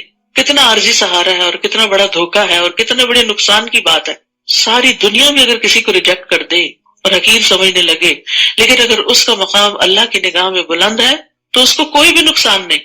اور اگر ساری دنیا بھی کسی کی تعریفوں کے پل باندھ دے اور اس کو بڑے بڑے ایوارڈ سے نوازے، لیکن اللہ کے ہاں اس کا کوئی مقام نہیں تو اس کا کوئی مقام نہیں۔ تو اس لیے انسان جو کچھ کرے اللہ کی رضا کو سامنے رکھتے ہوئے کرے، صرف اپنے لیے نہیں، بچوں کے دل میں بھی اللہ کا خوف پیدا کرے کہ اللہ کو کیا جواب دینا ہے۔ یہ ڈر نہیں پیدا کرے کہ لوگ کیا کہیں گے۔ یہ ایک بہت کمزور بنیاد ہے کہ جس کے اوپر کوئی کھڑا ہو۔ دوسری بات یہ ہے کہ ایمان کے بغیر نیک اعمال قبول نہیں ہوتے، کیونکہ شرک کرنے سے سارے اعمال ضائع ہو جاتے ہیں۔ کفر اعمال کو ضائع کرنے کا سبب ہے۔ اور شرک اصغر کیا ہے؟ ریاکاری۔ رسول اللہ صلی اللہ علیہ وسلم نے فرمایا، مجھے تمہارے حق میں سب سے زیادہ شرک اصغر کا خوف ہے۔ صحابہ نے عرض کیا، شرک اصغر کیا ہوتا ہے، یعنی چھوٹا شرک کیا ہوتا ہے؟ آپ نے فرمایا ریاکاری۔ اللہ عز و جل قیامت کے دن جب لوگوں کو بدلہ دے گا تو ریاکاروں سے کہے گا، ان ہستیوں کی طرف چلے جاؤ جن کے سامنے دنیا میں ریاکاری کرتے تھے، اور دیکھو کیا تم ان کے پاس کوئی بدلہ پاتے ہو؟ یہی لوگ ہیں جنہوں نے اپنے رب کی آیات اور اس کی ملاقات کا انکار کیا، لہٰذا ان کے سب اعمال برباد ہو جائیں گے۔ یعنی آخرت کی فکر کے بغیر، اللہ پہ ایمان کے بغیر کوئی کتنا بھی بڑا کام کر لے اس کو اس کا اجر ملنے والا نہیں۔ اور قیامت کے دن ہم ان کے لیے میزان ہی نہیں رکھیں گے، کفار کے اعمال نہیں تولے جائیں گے، اچھے برے نہیں۔ میزان جو ہے وہ مومنوں کے لیے ہے یا پھر منافقین کے لیے ہے۔ کفار جو ہیں ان کا سیدھا ہی فیصلہ کر دیا جائے گا، کیونکہ ان کا تو ایمان ہی نہیں تھا، تو جو اچھے کام کیے برے کیے سبھی برابر ہو گئے۔ یہ جہنم ہی ان کا بدلہ ہے، کیونکہ انہوں نے کفر اختیار کیا تھا اور میری آیات اور میرے رسولوں کا مذاق اڑاتے رہے۔ البتہ جو لوگ ایمان لائے اور نیک عمل کرتے رہے ان کی مہمانی فردوس کے باغات سے ہوگی۔ ایمان لا کر عمل صالح کرنے والوں کی جزا، جن میں وہ ہمیشہ رہیں گے اور کسی اور جگہ منتقل ہونا پسند نہ کریں گے۔ جنت میں کوئی بوریت ہی نہیں۔ بوریت دنیا میں ہوتی ہے کیونکہ اس کا مزہ لمیٹڈ ہوتا ہے، لیکن جنت میں لوگوں کا اتنا دل لگے گا کہ وہ وہاں سے ہلنا بھی نہیں چاہیں گے۔ لوگ کہتے ہیں نا، اگر ہمیشہ رہنا تو پھر تھک نہیں جائیں گے، بور نہیں۔ بوریت جب ہوتی ہے جب انجوائے کرنے کی ہمارے اندر صلاحیت نہیں ہوتی، یعنی جب ہم دیکھ نہیں پاتے تو دنیا کی رونقیں تو پھر بیکار ہو جاتی ہے نا۔ تو اسی طرح جو ہماری کیپیسٹی نہیں ہوتی کسی چیز کو انجوائے کرنے کی، تو پھر وہ چیزیں ہم پر بوجھ ہو جاتی۔ پھر جنت میں انجوائے کرنے کی کیپیسٹی بھی بڑھ جائے گی اور اس کے ساتھ ساتھ نعمتیں بھی بہت زیادہ ہوں گی۔ آپ ان سے کہہ دیجئے، اگر میرے رب کی باتیں لکھنے کے لیے سمندر سیاہی بن جائے تو سمندر ختم ہو جائے گا، مگر میرے رب کی باتیں ختم نہ ہوں گی، خواہ اتنی ہی اور بھی سیاہی یعنی سمندر لے آیا جائے۔ آپ ان سے کہہ دیجئے، انما انا بشر مثلکم، میں تو تمہارے جیسا ایک انسان ہوں، ہاں یہ فرق ضرور ہے کہ میری طرف وحی کی جاتی ہے کہ تمہارا الہ صرف ایک ہی الہ ہے۔ لہٰذا جو شخص اپنے رب سے ملنے کی امید رکھتا ہے اسے چاہیے کہ وہ نیک عمل کرے۔ رب کی ملاقات کا شوق ہے تو اچھے کام کر لو، بہترین چیزیں تیار کرو ساتھ لے جانے کے لیے، اور اپنے رب کی عبادت میں کسی دوسرے کو شریک نہ کرے، یعنی ریاکاری نہ کرے، کوئی دکھاوا نہ کرے، کسی اور کے لیے اچھے کام نہ کرے۔ سورۃ مریم بسم اللہ الرحمن الرحیم کافها یا عین صاد ذکر رحمت ربک عبده زکریا اذ نادى ربه نداء خفيا قال رب إني وهن العظم مني واشتعل الرأس شيبا ولم أكن بدعائك رب شقيا. شروع کرتی ہوں اللہ کے نام سے جو بے انتہا مہربان نہایت رحم فرمانے والا ہے. کاف ہا یا عین صاد، یہ آپ کے رب کی اس رحمت کا ذکر ہے جو اس نے اپنے بندے زکریا پر کی علیہ السلام. جب زکریا نے اپنے رب کو چپکے پکارا، دل ہی دل میں پکارا، کہا میرے رب میری ہڈیاں بوسیدہ ہو چکی اور بڑھاپے کی وجہ سے سر کے بال سفید ہو گئے، تاہم اے میرے رب میں تجھے پکار کے کبھی محروم نہیں رہا. پکارنے کا انداز ہے نا، تو اللہ سے مانگتے ہوئے انسان کو عاجزی اور انکساری کا اظہار کرنا چاہیے، اپنے حال کا بھی ذکر کرنا چاہیے، اپنے دکھوں کا بھی بتانا چاہیے، اپنے کنسرنز بتانے چاہیے، اور پھر یہ بھی کہ امید کا اظہار کرنا چاہیے کہ یا اللہ میں تجھ سے دعا کر کے محروم نہیں رہا. عام لوگوں کا حال کیا ہوتا ہے، جب ذرا زیادہ دعائیں کر لیتے ہیں تو کہتے ہیں اتنی دعائیں کی ہیں میری نہیں سنی جائے گی، لہٰذا دعا کرنا چھوڑ دیتے ہیں. جبکہ پیغمبروں کا معاملہ اس سے برعکس ہے، وہ دعا کر کے کہتے ہیں ہم کبھی محروم نہیں رہے، ہمیں یقین ہے دعائیں قبول ہوتی ہیں، آج نہیں تو کل ہوں گی. کتنی پر امید ہے یہ. اور پھر یہ ہے کہ گزشتہ زندگی میں ان کی بہت سی دعائیں قبول بھی ہوئی ہوں گی. اس بنا پہ کہا کہ میری تو آج تک بہت دعائیں قبول ہوئی. ہمیں اپنی زندگی میں جب بہت سی دعائیں قبول ہوتی تو وہ ہم بھول جاتے ہیں، ان کا ہم ذکر نہیں کرتے کہ اللہ آپ نے اتنا کچھ دیا ہے، جو مانگا وہ سب بھی دیا ہے تو آئندہ بھی دے گا. تو مثبت سوچ جو ہے ایک بہت بڑی نعمت ہے جو انسان کو بہت سے غموں اور فکروں سے نجات دیتی ہے. تو دعا کا ایک ادب ہے کہ انسان عاجزی اور انکساری اختیار کرے. انس بن مالک کہتے ہیں کہ رسول اللہ صلی اللہ علیہ وسلم جب کسی غزوے کے لیے تشریف لے جاتے تو یوں دعا کرتے، اللہم انت عضدی و نصیری بک احول و بک اصول و بک اقاتل. اے اللہ تو میرا بازو ہے، تو میرا مددگار ہے، تیری ہی دی ہوئی قوت کے ساتھ میں تدبیر کرتا ہوں، تیری ہی دی ہوئی طاقت کے ساتھ میں حملہ کرتا ہوں، تیری ہی مدد سے میں لڑائی کرتا ہوں. یعنی اللہ تعالیٰ کو اتنا قریب پاتے تھے اور اسی سے ساری باتیں کر رہے ہوتے تھے. تو دعا کے معاملے میں اللہ سبحانہ تعالیٰ سے حسن ظن رکھنا چاہیے اور پورے یقین سے دعا کرنی چاہیے، کیونکہ اللہ سبحانہ تعالیٰ کے لیے کوئی بھی کام مشکل نہیں ہے، ہمیں مشکل ہے. انس بن مالک کہتے ہیں کہ رسول اللہ صلی اللہ علیہ وسلم نے فرمایا جب تم میں سے کوئی دعا کرے تو اسے چاہیے کہ وہ پختہ یقین کے ساتھ سوال کرے. وہ اس طرح ہرگز نہ کہے کہ اللہ اگر تو چاہے تو مجھے عطا کر دے، یعنی تو چاہتا ہے تو دعا قبول کر لے، نہیں تو نہیں. ایسا نہیں، بے شک اللہ کی ذات کو کوئی مجبور کرنے والا نہیں، وہ جب قبول کرتا ہے اپنی رضا سے ہی کرتا ہے. پھر وہ کہتے ہیں میں اپنے پیچھے اپنے بھائی بندوں کی برائیوں سے ڈرتا ہوں اور میری بیوی بانجھ ہے، تو اپنی جناب سے مجھے ایک وارث عطا فرما جو میرے اور آل یعقوب کا وارث بنے، اور اے میرے رب اسے پسندیدہ انسان بنانا. تو آپ دیکھیے کہ پیغمبروں کی دعائیں بھی کیا ہوتی ہیں اور ان کی لوگوں کے لیے خیرخواہی کیا ہوتی ہے. لوگوں کی اصلاح اور دین کی سربلندی کے لیے وارث مانگ رہے ہیں. انہیں یہ ڈر نہیں تھا کہ ان کے پیچھے کو بہت بڑی جائیداد چھوڑے جا رہے ہیں کہ جس کو سنبھالے گا کون یا ان کا مال و متاع کون دیکھے گا. نہیں، انہیں فکر یہ تھی کہ میرے اس مشن کا وارث کون بنے گا، یہ جو میں لوگوں کو اللہ کی طرف بلاتا ہوں میرے بعد کون بلائے گا. اور میں اب تک اپنے خاندان اور اپنے بنی اسرائیل کو سنبھالے ہوئے ہوں، ان کو مسلسل گائیڈ کرتا ہوں، تو مجھے اپنے بعد ان میں سے کوئی نظر نہیں آتا کہ جو اس کام کو آگے لے کے چلے گا. تو مجھے ہی بیٹا عطا کر کے میں اس کی ایسی پرورش کروں کہ وہ اس مشن کا وارث ہو جائے. تو یہاں ہم سب کو بھی اللہ تعالیٰ سے دعا کرنی چاہیے کہ اللہ تعالیٰ ہمیں نیک اولاد عطا فرمائے اور ہماری جنریشنز میں ایسے لوگ ہوں جو اللہ کے ولی ہوں اور اللہ کے دوست ہوں، کیونکہ وہ کہتے ہیں فَهَبْ لِي مِن لَّدُنْكَ وَلِيًّا یا زکریا اِنَّا نُبَشِّرُكَ بِغُلَامٍ اسْمُهُ یحییٰ. اللہ تعالیٰ نے جواباً فرمایا زکریا ہم تمہیں ایک لڑکے کی بشارت دیتے ہیں جس کا نام یحییٰ ہوگا.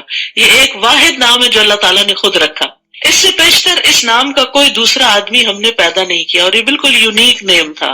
تو اللہ سبحانہ تعالیٰ نے نہ صرف یہ کہ دعا قبول کی، انہیں عزت بخشی، انہیں بیٹا دیا اور اس کا نام بھی خود رکھا اتنی اچھی طرح دعا قبول کی۔ زکریا نے عرض کی، اے میرے رب، میرے ہاں لڑکا کیسے ہوگا جبکہ میری بیوی بانجھ ہے اور میں بڑھاپے کی حد کمال کو پہنچ چکا ہوں۔ اللہ تعالیٰ نے فرمایا، ہاں ایسا ضرور ہوگا، تیرا رب یہ کہہ رہا ہے کہ میرے لیے یہ تو آسان سی بات ہے، اس سے پہلے میں تجھے پیدا کر چکا ہوں جبکہ تو کوئی چیز بھی نہ تھا، اگر تجھے پیدا کیا ہے تو تمہارا بیٹا بھی پیدا ہو سکتا ہے۔ زکریا نے عرض کیا، اے رب میرے لیے کوئی نشانی مقرر کر دے۔ اللہ تعالیٰ نے فرمایا، تیرے لیے نشانی یہ ہے کہ تو مسلسل 3 رات تک لوگوں سے گفتگو نہ کر سکے گا، یعنی تمہاری زبان بند ہو جائے گی۔ چنانچہ جب وہ وقت آ گیا، زکریا اپنے حجرے سے نکل کر اپنی قوم کے پاس آئے تو انہیں اشارے سے کہا کہ صبح و شام تسبیح بیان کیا کرو۔ جب اللہ تعالیٰ کوئی نعمت دے تو اللہ ہی کی تعریف کرنی چاہیے۔ یا یحییٰ خذ الکتاب بقوہ وآتیناہ الحکم صبیا، اے یحییٰ کتاب یعنی تورات پر مضبوطی سے عمل پیرا ہو جاؤ، اور ہم نے اسے بچپن میں ہی قوت فیصلہ عطا کر دی۔ سبحان اللہ، اللہ تعالیٰ کی دین ہے، بعض بچے بچپن میں ہی بہت میچور اور سمجھدار ہوتے ہیں اور والدین کو بھی سمجھا رہے ہوتے ہیں۔ ہم نے اسے اپنی مہربانی سے نرم دل اور پاک سیرت بنایا اور وہ فی الواقع پرہیزگار تھا۔ وہ اپنے والدین سے ہمیشہ اچھا سلوک کرتا تھا اور کسی وقت بھی جابر اور نافرمان نہ ہوا۔ تو یہ یحییٰ علیہ السلام کی صفات یہاں بھی اور سورۃ آل عمران میں بھی بیان ہوئی ہیں کہ اللہ تعالیٰ دعائیں قبول کرتا ہے تو کس اچھے طریقے سے کرتا ہے کہ انہیں بیٹا بھی دیا اور اس کے ساتھ وہ ساری کوالٹیز دی کہ جو شاید ان کے بھی ذہن میں نہیں تھی، اور وہ اس کام کے لیے جو انتہائی ضروری تھی ان سب صفات کے ساتھ ان کو پیدا کیا۔ وَسَلَامٌ عَلَيْهِ يَوْمَ وُلِدَ وَيَوْمَ يَمُوتُ وَيَوْمَ يُبْعَثُ حَيًّا، اس دن پر سلامتی ہو جس دن وہ پیدا ہوئے، اور اس دن بھی جب وہ مریں گے، اور اس دن بھی جب وہ دوبارہ زندہ کر کے اٹھائے جائیں گے۔ یاد رکھیے یہ 3 مواقع بڑی وحشت کے مواقع ہوتے ہیں۔ جب انسان ماں کے پیٹ سے دنیا میں آتا ہے تو پھر روتا ہے، ایک دم اس کو وحشت ہوتی ہے کہ یہ کہاں آ گیا ہوں، کیونکہ اب تک وہ کتنے کمفرٹ زون میں ہوتا ہے، اتنا پروٹیکٹڈ ہوتا ہے، کوزی جگہ پر ہوتا ہے، تو ایک دم وہ دنیا میں آتا ہے تو اس کے لیے تکلیف دہ ہوتا ہے۔ دوسرے، جب موت کا فرشتہ آتا ہے تو انسان ایسی چیز دیکھتا ہے جو اس نے پہلے کبھی نہیں دیکھی ہوتی۔ نزا کا اور قبر تک جانے کا بڑی وحشت کا دن ہوتا ہے کہ جس میں دوسرے لوگ اسے نہلا رہے ہوتے ہیں اور کفنا رہے ہوتے ہیں اور قبر میں اکیلے کو رکھ رہے ہوتے ہیں، تو وہ بھی وحشت کا دن ہے۔ اور تیسرے، جب انسان قبروں سے نکلے گے، حشر کے میدان میں لوگ گتھم گتھا ہو رہے ہوں گے اور ہر طرف ایک عجیب سی کیفیت ہوگی، ہر چیز تبدیل ہو چکی ہوگی، تو وہ بھی وحشت کا دن ہوگا۔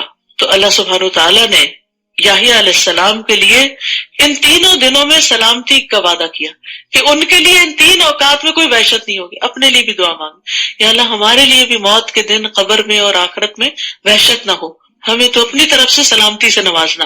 اور اس کتاب میں مریم کا حال بھی ذکر کیجئے، جب وہ اپنے گھر والوں سے الگ ہو کر مشرقی جانب گوشہ نشین ہو گئی تھی۔ تفصیل اس کی سورۃ آل عمران میں گزر چکی ہے۔ اور پردہ ڈال کر ان سے چھپ گئی تھی، اس وقت ہم نے اس کی طرف اپنی روح یعنی فرشتے کو بھیجا جو ایک تندرست انسان کی شکل میں مریم کے سامنے آ گیا۔ وہ بولی، اگر تمہیں کچھ اللہ کا خوف ہے تو میں تم سے اللہ کی پناہ مانگتی ہوں، کیونکہ ان کا کبھی کسی مرد سے انٹریکشن نہیں ہوا تھا اور وہ عبادت کے لیے آئی تھی اور ایک دم اپنی عبادت گاہ میں ایک مرد کو دیکھ کر بہت پریشان ہو گئی۔ تو انہوں نے شر دور کرنے کے لیے اور اس مرد کے شر سے جو ان کو پتہ نہیں تھا کہ فرشتے ہیں، پناہ مانگنے کے لیے اللہ عز و جل کا خوف دلایا کہ تم اللہ سے ڈرو۔ وہ بولے، میں تو تمہارے رب کا بھیجا ہوا ہوں، میں تو فرشتہ ہوں، مرد نہیں ہوں، اور اس لیے آیا ہوں کہ تمہیں ایک پاک سیرت لڑکا دوں۔ وہ بولی، میرے ہاں لڑکا کیسے ہوگا جبکہ مجھے کسی انسان نے چھوا تک نہیں اور میں بدکار بھی نہیں ہوں، یعنی کوئی سبب نہیں ہے بیٹا پیدا ہونے کا۔ وہ بولے، ہاں ایسا ہی ہوگا، تمہارے رب نے فرمایا ہے کہ میرے لیے یہ آسان سی بات ہے، اور اس لیے بھی ایسا ہوگا کہ ہم اس لڑکے کو لوگوں کے لیے ایک نشانی بنائیں اور وہ ہماری طرف سے رحمت ہوگا اور یہ کام ہو کے رہے گا، ڈن۔ چنانچہ مریم کو اس بچے کا حمل ٹھہر گیا اور وہ اس حالت میں ایک دور کے مکان میں علیحدہ جا بیٹھی۔ پھر زچگی کی درد انہیں ایک کھجور کے تنے تک لے آئی تو کہنے لگی، کاش میں اس سے پہلے مر چکی ہوتی اور میرا نام و نشان بھی باقی نہ رہتا۔ یعنی تکلیف بھی تھی اور اس بات کا خوف بھی تھا کہ اب اس بچے کو لے کے جائیں گی کہاں، اور خود وہ اتنی پرہیزگار اور نیک مشہور تھی، تو ایک نیک پاک دامن عورت سے کسی ایسی چیز کی توقع کوئی بھی نہیں کرتا، تو انہیں اپنی عزت کا بھی بہت خوف تھا، یعنی فزیکل النس بھی تھی اور ایموشنلی بھی پریشان تھی۔ اس وقت درخت کے نیچے سے فرشتے نے انہیں پکار کر کہا، غمزدہ نہ ہو، اللہ تحزنی، تمہارے رب نے تمہارے نیچے ایک چشمہ بہا دیا ہے، اور اس کھجور کے تنے کو زور سے ہلاؤ، وہ آپ پر تازہ پکی ہوئی کھجوریں گرائے گا۔ تو یاد رکھیے رزق کے لیے اسباب اختیار کرنا ضروری ہے، یعنی کھجوریں تھیں لیکن ہلانی خود پڑے گی۔ رزق اللہ کی طرف سے آتا ہے لیکن محنت انسان کو کرنی پڑتی ہے، اور وہ محنت اس تکلیف کے وقت میں بھی ان کو کرنی پڑ رہی تھی، اور اس لیے بھی کہ اس وقت ایکسرسائز بھی ہو جائے اور اس کے ساتھ ساتھ یہ کہ انرجی بھی ملے، اور زچا کے لیے کھجور سب سے بہترین چیز ہے۔ اور آج کل آپ دیکھ رہے ہیں کہ افطار کے وقت اتنے لمبے دن کے بعد پانی اور کھجور کھانے کے بعد یوں لگتا ہے سیراب ہو گئے اور کچھ کھانے کی ضرورت نہیں ہے۔ کیا برکت ہے رمضان کی، اور کیا برکت ہے سحری کھانے کی، اور کیا برکت ہے افطار کی۔ سبحان اللہ، یعنی ایک عجیب ایکسپیرینس ہے، آپ سبھی کر رہے ہوں گے اس کو۔ رمضان آنے سے پہلے سبھی ڈرے ہوں گے لنچ ٹائم پہ کیا ہوگا، بڑی سخت بھوک لگتی، پتہ نہیں کہاں غائب ہوئی ہے وہ بھوکیں ساری۔ یہ اللہ کی رحمت ہے، اور یہ ایک زبردست روحانی ایکسپیرینس ہوتا ہے جو اللہ سبحانہ وتعالیٰ ہر سال ہمیں کراتے ہیں، اور فزیکلی بھی اور ایموشنلی بھی ایک تزکیہ کرتے ہیں بندوں کا۔ تو رمضان ایک بہت بڑی نعمت ہے اللہ سبحانہ وتعالیٰ کی۔ تمہارے یہاں جو بات کی جا رہی ہے وہ یہ کہ انسان کو چاہیے کہ رزق کی تلاش میں کوئی نہ کوئی سبب اور ہیلا کرے، بیٹھا نہ رہے میں اللہ پہ توکل کرتا ہوں کچھ آ ہی جائے گا، ٹپک پڑے گا، نہیں، کچھ نہ کچھ کوشش کرنی پڑتی ہے۔ فَكُلِي وَاشْرَبِي وَقَرِّي عَيْنًا، بس کھاؤ پیو اور اپنی آنکھیں ٹھنڈی کرو۔ پھر اگر تمہیں کوئی آدمی دیکھے تو کہہ دینا میں نے اللہ کے لیے روزے کی نظر مانی ہے، لہذا آج کسی انسان سے بات نہ کروں گی۔ اب آئے گی الزامات کی بچھاڑ، تو اس کے جواب میں خاموشی۔ کتنا زبردست حل بتایا گیا۔ اور پھر اللہ کے لیے نظر مانی، ان کی شریعت میں چپ کا روزہ ہوتا تھا، شکر ہے ہماری بھی نہیں، ورنہ ہم دورہ قرآن کیسے کرتے۔ اور پھر ایک اور بات یہ کہ چپ اللہ کے لیے اور بولنا بھی اللہ کے لیے۔ تو اصل عبادت یہی ہوتی ہے کہ جو چیز اللہ تعالیٰ پسند کرے اس کو اس وقت پہ کر لینا، یہی اصل اطاعت ہے۔ یعنی اس پہ عقل یا لاجک اور یہ ساری چیزیں کاؤنٹ نہیں کرتی، اس پہ یہ دیکھنا پڑتا ہے کہ اللہ تعالیٰ کس مقرر وقت پہ آپ سے کیا چاہتے ہیں۔ سحری کے وقت کھانا روک دیں، افطاری کے وقت کچھ نہ کچھ ضرور کھائیں، چاہے پانی کا ایک گھونٹ ہی کیوں نہ ہو۔ تو یہاں پر اللہ سبحانہ تعالیٰ نے ان کو یہ کہا کہ آپ نے بولنا نہیں، بس چپ رہنا ہے۔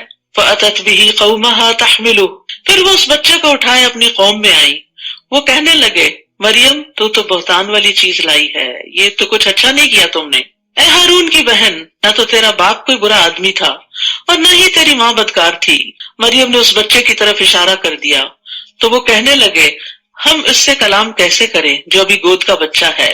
بچہ بول اٹھا، قال انی عبد اللہ آتانی الکتاب وجعلنی نبیا، میں اللہ کا بندہ ہوں، اللہ نے مجھے کتاب دی ہے اور نبی بنایا۔ سبحان اللہ، گود میں جو بچہ ہے اس کو نبوت عطا کر دی گئی ہے کہ یہ بڑا ہو کر اس کا کام کیا ہوگا۔ اور خاص طور پر یہ جو عیسیٰ علیہ السلام کی زبان سے کہلوایا گیا انی عبد اللہ، میں اللہ کا بندہ ہوں۔ تو جب بھی کوئی کرسچن آپ سے انٹریکٹ کرے اور عیسیٰ علیہ السلام کی پوزیشن پوچھنا چاہے کہ ہمارے دین میں کیا ہے، تو اس کو سورۃ مریم پڑھنے کے لیے دیا کریں کہ ہماری کتاب حضرت مریم کے بارے میں کیا کہتی ہے اور حضرت عیسیٰ کے بارے میں کیا کہتی ہے کہ انی عبد اللہ، میں اللہ کا بندہ ہوں، اور جہاں کہیں بھی میں رہوں اس نے مجھے بابرکت بنایا۔ وجعلنی مبارکا اینما کنت، کچھ لوگ خیر کی کنجیاں ہوتے ہیں، جہاں جاتے ہیں خیر پھیلاتے، جہاں جاتے ہیں دوسروں کی خوشی اور آرام کا سبب بنتے ہیں، ایسے لوگ مبارک ہوتے ہیں۔ اور کچھ لوگ شر کی کنجیاں ہوتے ہیں اور خیر کے تالے ہوتے ہیں۔ حدیث کے مفہوم سے اخذ کیا یہ بات میں نے، یعنی کچھ لوگوں سے آپ خیر کی توقع کر ہی نہیں سکتے، وہ آئیں گے تو آپ گھبرا اٹھیں گے، پتہ نہیں اب یہ کیا بات کریں گے، کون سا تانا دیں گے اور کہاں نقصان دے دیں گے اور کس چیز پہ تنقید شروع کر دیں گے اور کیا چیز خراب کر کے جائیں گے۔ تو یہ ساری چیزیں شر سے تعلق رکھتی ہیں۔ تو اب یہاں پر آپ دیکھیے کہ اللہ نے ان کو مبارک بنایا، جہاں بھی میں ہوں، اینما کنت وَأَوْصَانِي بِالصَّلَاةِ وَالزَّكَاةِ، اور جب تک میں زندہ رہوں مجھے نماز اور زکوٰۃ ادا کرنے کا حکم دیا، مَا دُمْتُ حَيًّا وَبَرًّا بِوَالِدَتِي وَلَمْ يَجْعَلْنِي جَبَّارًا شَقِيًّا، اور یہ بھی کہ میں اپنی والدہ سے بہتر سلوک کرتا رہوں، والدین نہیں صرف والدہ، کیونکہ والد تو تھے ہی نہیں، نیز اللہ نے مجھے جابر اور بدبخت نہیں بنایا۔ تو اس میں آپ دیکھیے کہ ایک طرف حقوق اللہ اور دوسری طرف حقوق العباد، اللہ کی عبادت میں صلاۃ اور زکوٰۃ، اور پھر ماں کے ساتھ حسن سلوک اور کسی کے ساتھ برا نہیں کرنا۔ لم یجعلنی جبارا شقیا، بدبخت نہیں ہوں، ظالم نہیں ہوں، ان صفات کا خاص طور پر کیوں ذکر کیا؟ کیونکہ بنی اسرائیل کے اندر یہ چیزیں ختم ہو چکی تھی. آج امت مسلمہ کا یہی حال ہے. نماز ختم ہو گئی ہے، زکوٰۃ ختم ہو گئی ہے. کسی وقت بھی آپ جا کے مسجدوں میں دیکھیں کتنے لوگ ملیں گے آپ کو. گھروں کے اندر آپ دیکھیں کیا اہتمام ہے نماز کا. اور پھر دوسری طرف زکوٰۃ بھی منمانے طریقے سے جو دینا وہ چیریٹی میں دیتے رہتے ہیں، باقاعدہ کیلکولیشن کر کے زکوٰۃ اینولی نہیں نکالتے، کیونکہ زکوٰۃ اس وقت تک ادا نہیں ہوتی جب تک اس کی نیت نہ ہو، جب تک اس کا حساب کتاب نہ ہو، اور جب تک وہ ان لوگوں کو نہ دی جائے جن کو دینا ضروری ہے. فریضہ ادا نہیں ہوتا. اور دوسری طرف والدین کے ساتھ آج اولاد کیا کر رہی ہے ہم سب جانتے ہیں. تو بنی اسرائیل جو تھے اس کے اندر یہی خرابیاں پیدا ہو چکی تھی. تو خاص طور پر عیسیٰ علیہ السلام ان خوبیوں کو لے کر آئے تھے. اور والدہ کا خیال اس لیے بھی کہ ان کے معاشرے میں بھی عورت بڑی کمزور تھی، عورت کے حقوق نہیں تھے. تو عیسیٰ علیہ السلام نے جب کہا کہ اپنی والدہ کے ساتھ اچھا سلوک کروں گا، تو یہ اصل میں عورت کے حقوق ہی کی ایک بات ہے. والسلام علی یوم ولدت و یوم اموت و یوم ابعث حیا. مجھ پر سلامتی ہو جس دن میں پیدا ہوا، جس دن میں مروں گا، اور اس دن بھی جب میں زندہ کر کے اٹھایا جاؤں گا. وہی 3 مواقع ہیں وحشت کے جن میں سلامتی کی بات ہو رہی ہے. یہ ہے عیسیٰ ابن مریم کا قصہ. یہی سچی بات ہے جس میں وہ جھگڑا کر رہے ہیں. اللہ کو یہ شایع نہیں کہ کسی کو اپنا بیٹا بنائے. وہ ایسی باتوں سے پاک ہے. جب وہ کسی کام کا فیصلہ کرتا ہے تو بس یہ کہہ دیتا ہے کہ ہو جا، تو وہ ہو جاتا ہے. وَإِنَّ اللَّهَ رَبِّي وَرَبُّكُمْ فَاعْبُدُوهُ هَذَا صِرَاطٌ مُسْتَقِيمٌ. اور آپ انہیں بتائیں کہ اللہ ہی میرا اور تمہارا رب ہے، لہٰذا اسی کی عبادت کرو، یہی سیدھی راہ ہے. پھر مختلف گروہوں نے آپس میں اختلاف کیا. بس ایسے کافروں کے لیے ہلاکت ہے جو بڑے دن کی حاضری کا انکار کر رہے ہیں. جس دن وہ ہمارے پاس آئیں گے اس روز وہ خوب سن رہے اور دیکھ رہے ہوں گے، لیکن یہ ظالم آج کھلی گمراہی میں پڑے ہوئے ہیں. نیز انہیں پچھتاوے کے دن سے ڈرائیے، یوم الحسرہ، جب ہر کام کا فیصلہ کیا جائے گا. آج تو یہ لوگ غفلت میں پڑے ہیں اور ایمان نہیں لا رہے. حسرت کہتے ہیں شدید ترین ندامت کو، اور ایسی چیز پہ مر مٹنا جو انسان سے چھوٹ گئی ہو اور اسے پکڑنا ممکن نہ ہو. کوئی اپرچونٹی ہاتھ سے نکل جائے، کوئی بہت قیمتی چیز اس سے فوت ہو جائے. تو قیامت کے دن کو یوم الحسرہ اس لیے کہا گیا کہ اس دن سب اپنی کوتاہیوں پر سخت نادم ہوں گے، حتیٰ کہ مومن بھی نادم ہوں گے. کہ اس دن انسان سوچے گا کہ میں نے اپنا فلاں وقت کیوں ضائع کیا، میں اس کام میں کیوں پڑی رہی، میں نے زیادہ بہتر طریقہ زندگی کیوں نہ اختیار کیا. یاد رکھیے، ہر وہ جگہ جہاں اللہ کا ذکر نہ کیا جائے وہ انسان کے لیے قیامت کے دن باعث حسرت ہوگی. رسول اللہ صلی اللہ علیہ وسلم نے فرمایا، جو لوگ کسی جگہ پر مجلس کریں لیکن اس میں اللہ کا ذکر نہ کریں، وہ ان کے لیے قیامت کے دن باعث حسرت ہوگی. اور جو آدمی کسی رستے پر چلتے ہوئے اللہ کا ذکر نہ کرے، گاڑی چلاتے ہوئے اگر ذکر نہیں کریں، وہ چلنا بھی قیامت کے دن اس کے لیے باعث حسرت ہوگا. اور جو آدمی اپنے بستر پر آئے یعنی سونے کے لیے لیکن وہ وہاں اللہ کا ذکر نہ کرے تو وہ سونا بھی اس کے لیے باعث حسرت ہوگا. لیکن اس کے برعکس جو ذکر کر کے سوتا ہے اور وضو کی حالت میں سوتا ہے، اس کی ساری رات عبادت میں لکھی جاتی ہے. بلا شبہ ہم ہی زمین اور اس پر موجودہ سب چیزوں کے وارث ہوں گے اور انہیں ہمارے ہی ہاں لوٹ کر آنا ہے. اور اس کتاب میں سیدنا ابراہیم کا قصہ بیان کیجئے. بلا شبہ وہ راست باز انسان اور ایک نبی تھے، بڑے سچے انسان تھے. صدیق اس کو کہتے ہیں جو سچ بولنے والا ہو اور سچ پہ قائم رہنے والا ہو. اور اس لیے بھی صدیق کہا جاتا ہے کہ وہ اللہ کی وحدانیت کی، رسولوں کی، قیامت کی، اللہ تعالیٰ کے احکامات کی تصدیق کرتا ہے. جب انہوں نے اپنے باپ سے کہا، ابا جان آپ ایسی چیزوں کی عبادت کیوں کرتے ہیں جو نہ سنتی ہیں نہ دیکھتی ہیں، نہ تمہارے کسی کام آ سکتی ہیں. ابا جان میرے پاس ایسا علم ہے جو آپ کے پاس نہیں آیا، لہٰذا میرے پیچھے چلیے، میں آپ کو سیدھی راہ بتاؤں گا. بعض اوقات ایسا ہوتا ہے کہ اولاد والدین سے زیادہ سمجھدار ہوتی ہے. ابا جان شیطان کی عبادت نہ کیجیے، وہ تو اللہ کا نافرمان ہے. کتنی زبردست لاجک دی انہوں نے. ابا جان مجھے خطرہ ہے کہ اللہ تعالیٰ سے آپ کو سزا ملے گی اور آپ شیطان کے ساتھی بن جائیں گے. یہاں پر آپ دیکھیں، یا ابتی یا ابتی یا ابتی، 3 کنزیکٹیو آیات یا ابتی سے شروع ہو رہی ہیں. پیار سے بات کر رہے ہیں. والدین کو بھی اگر کچھ سمجھانا ہو تو پیار اور محبت سے سمجھائیں، چاہے وہ کافر ہی کیوں نہ ہو، چاہے وہ کتنا بھی بڑے مجرم کیوں نہ ہو، لیکن ان کے ساتھ بات کرتے ہوئے ادب لازم ہے. باپ نے جواب دیا، ابراہیم کیا تو میرے معبودوں سے برگشتہ ہو گیا؟ اگر تو اس کام سے باز نہ آیا تو میں تجھے سنسار کر دوں گا، اور بہتر یہ ہے کہ تو ایک طویل مدت تک کے لیے میری آنکھوں سے دور چلا جا، نکل جاؤ یہاں سے. گھر سے کک آؤٹ کر دیا. ابراہیم نے جواب دیا، ابا جان آپ پر سلام ہو، میں اپنے رب سے آپ کے لیے بخشش کی دعا کروں گا. بلا شبہ میرا رب مجھ پر مہربان ہے۔ میں آپ لوگوں کو بھی چھوڑے جا رہا ہوں اور ان کو بھی جنہیں تم لوگ اللہ کے سوا پکارتے ہو، میں تو اپنے رب ہی کو پکاروں گا۔ مجھے امید ہے کہ میں اپنے رب کو پکار کر کبھی محروم نہ رہوں گا۔ وہی امید والی بات جو زکریا علیہ السلام کے اندر تھی، اللہ اکون بدعاء ربی شقیہ، رب سننے والا ہے، کوئی نا امیدی نہیں، مایوسی نہیں۔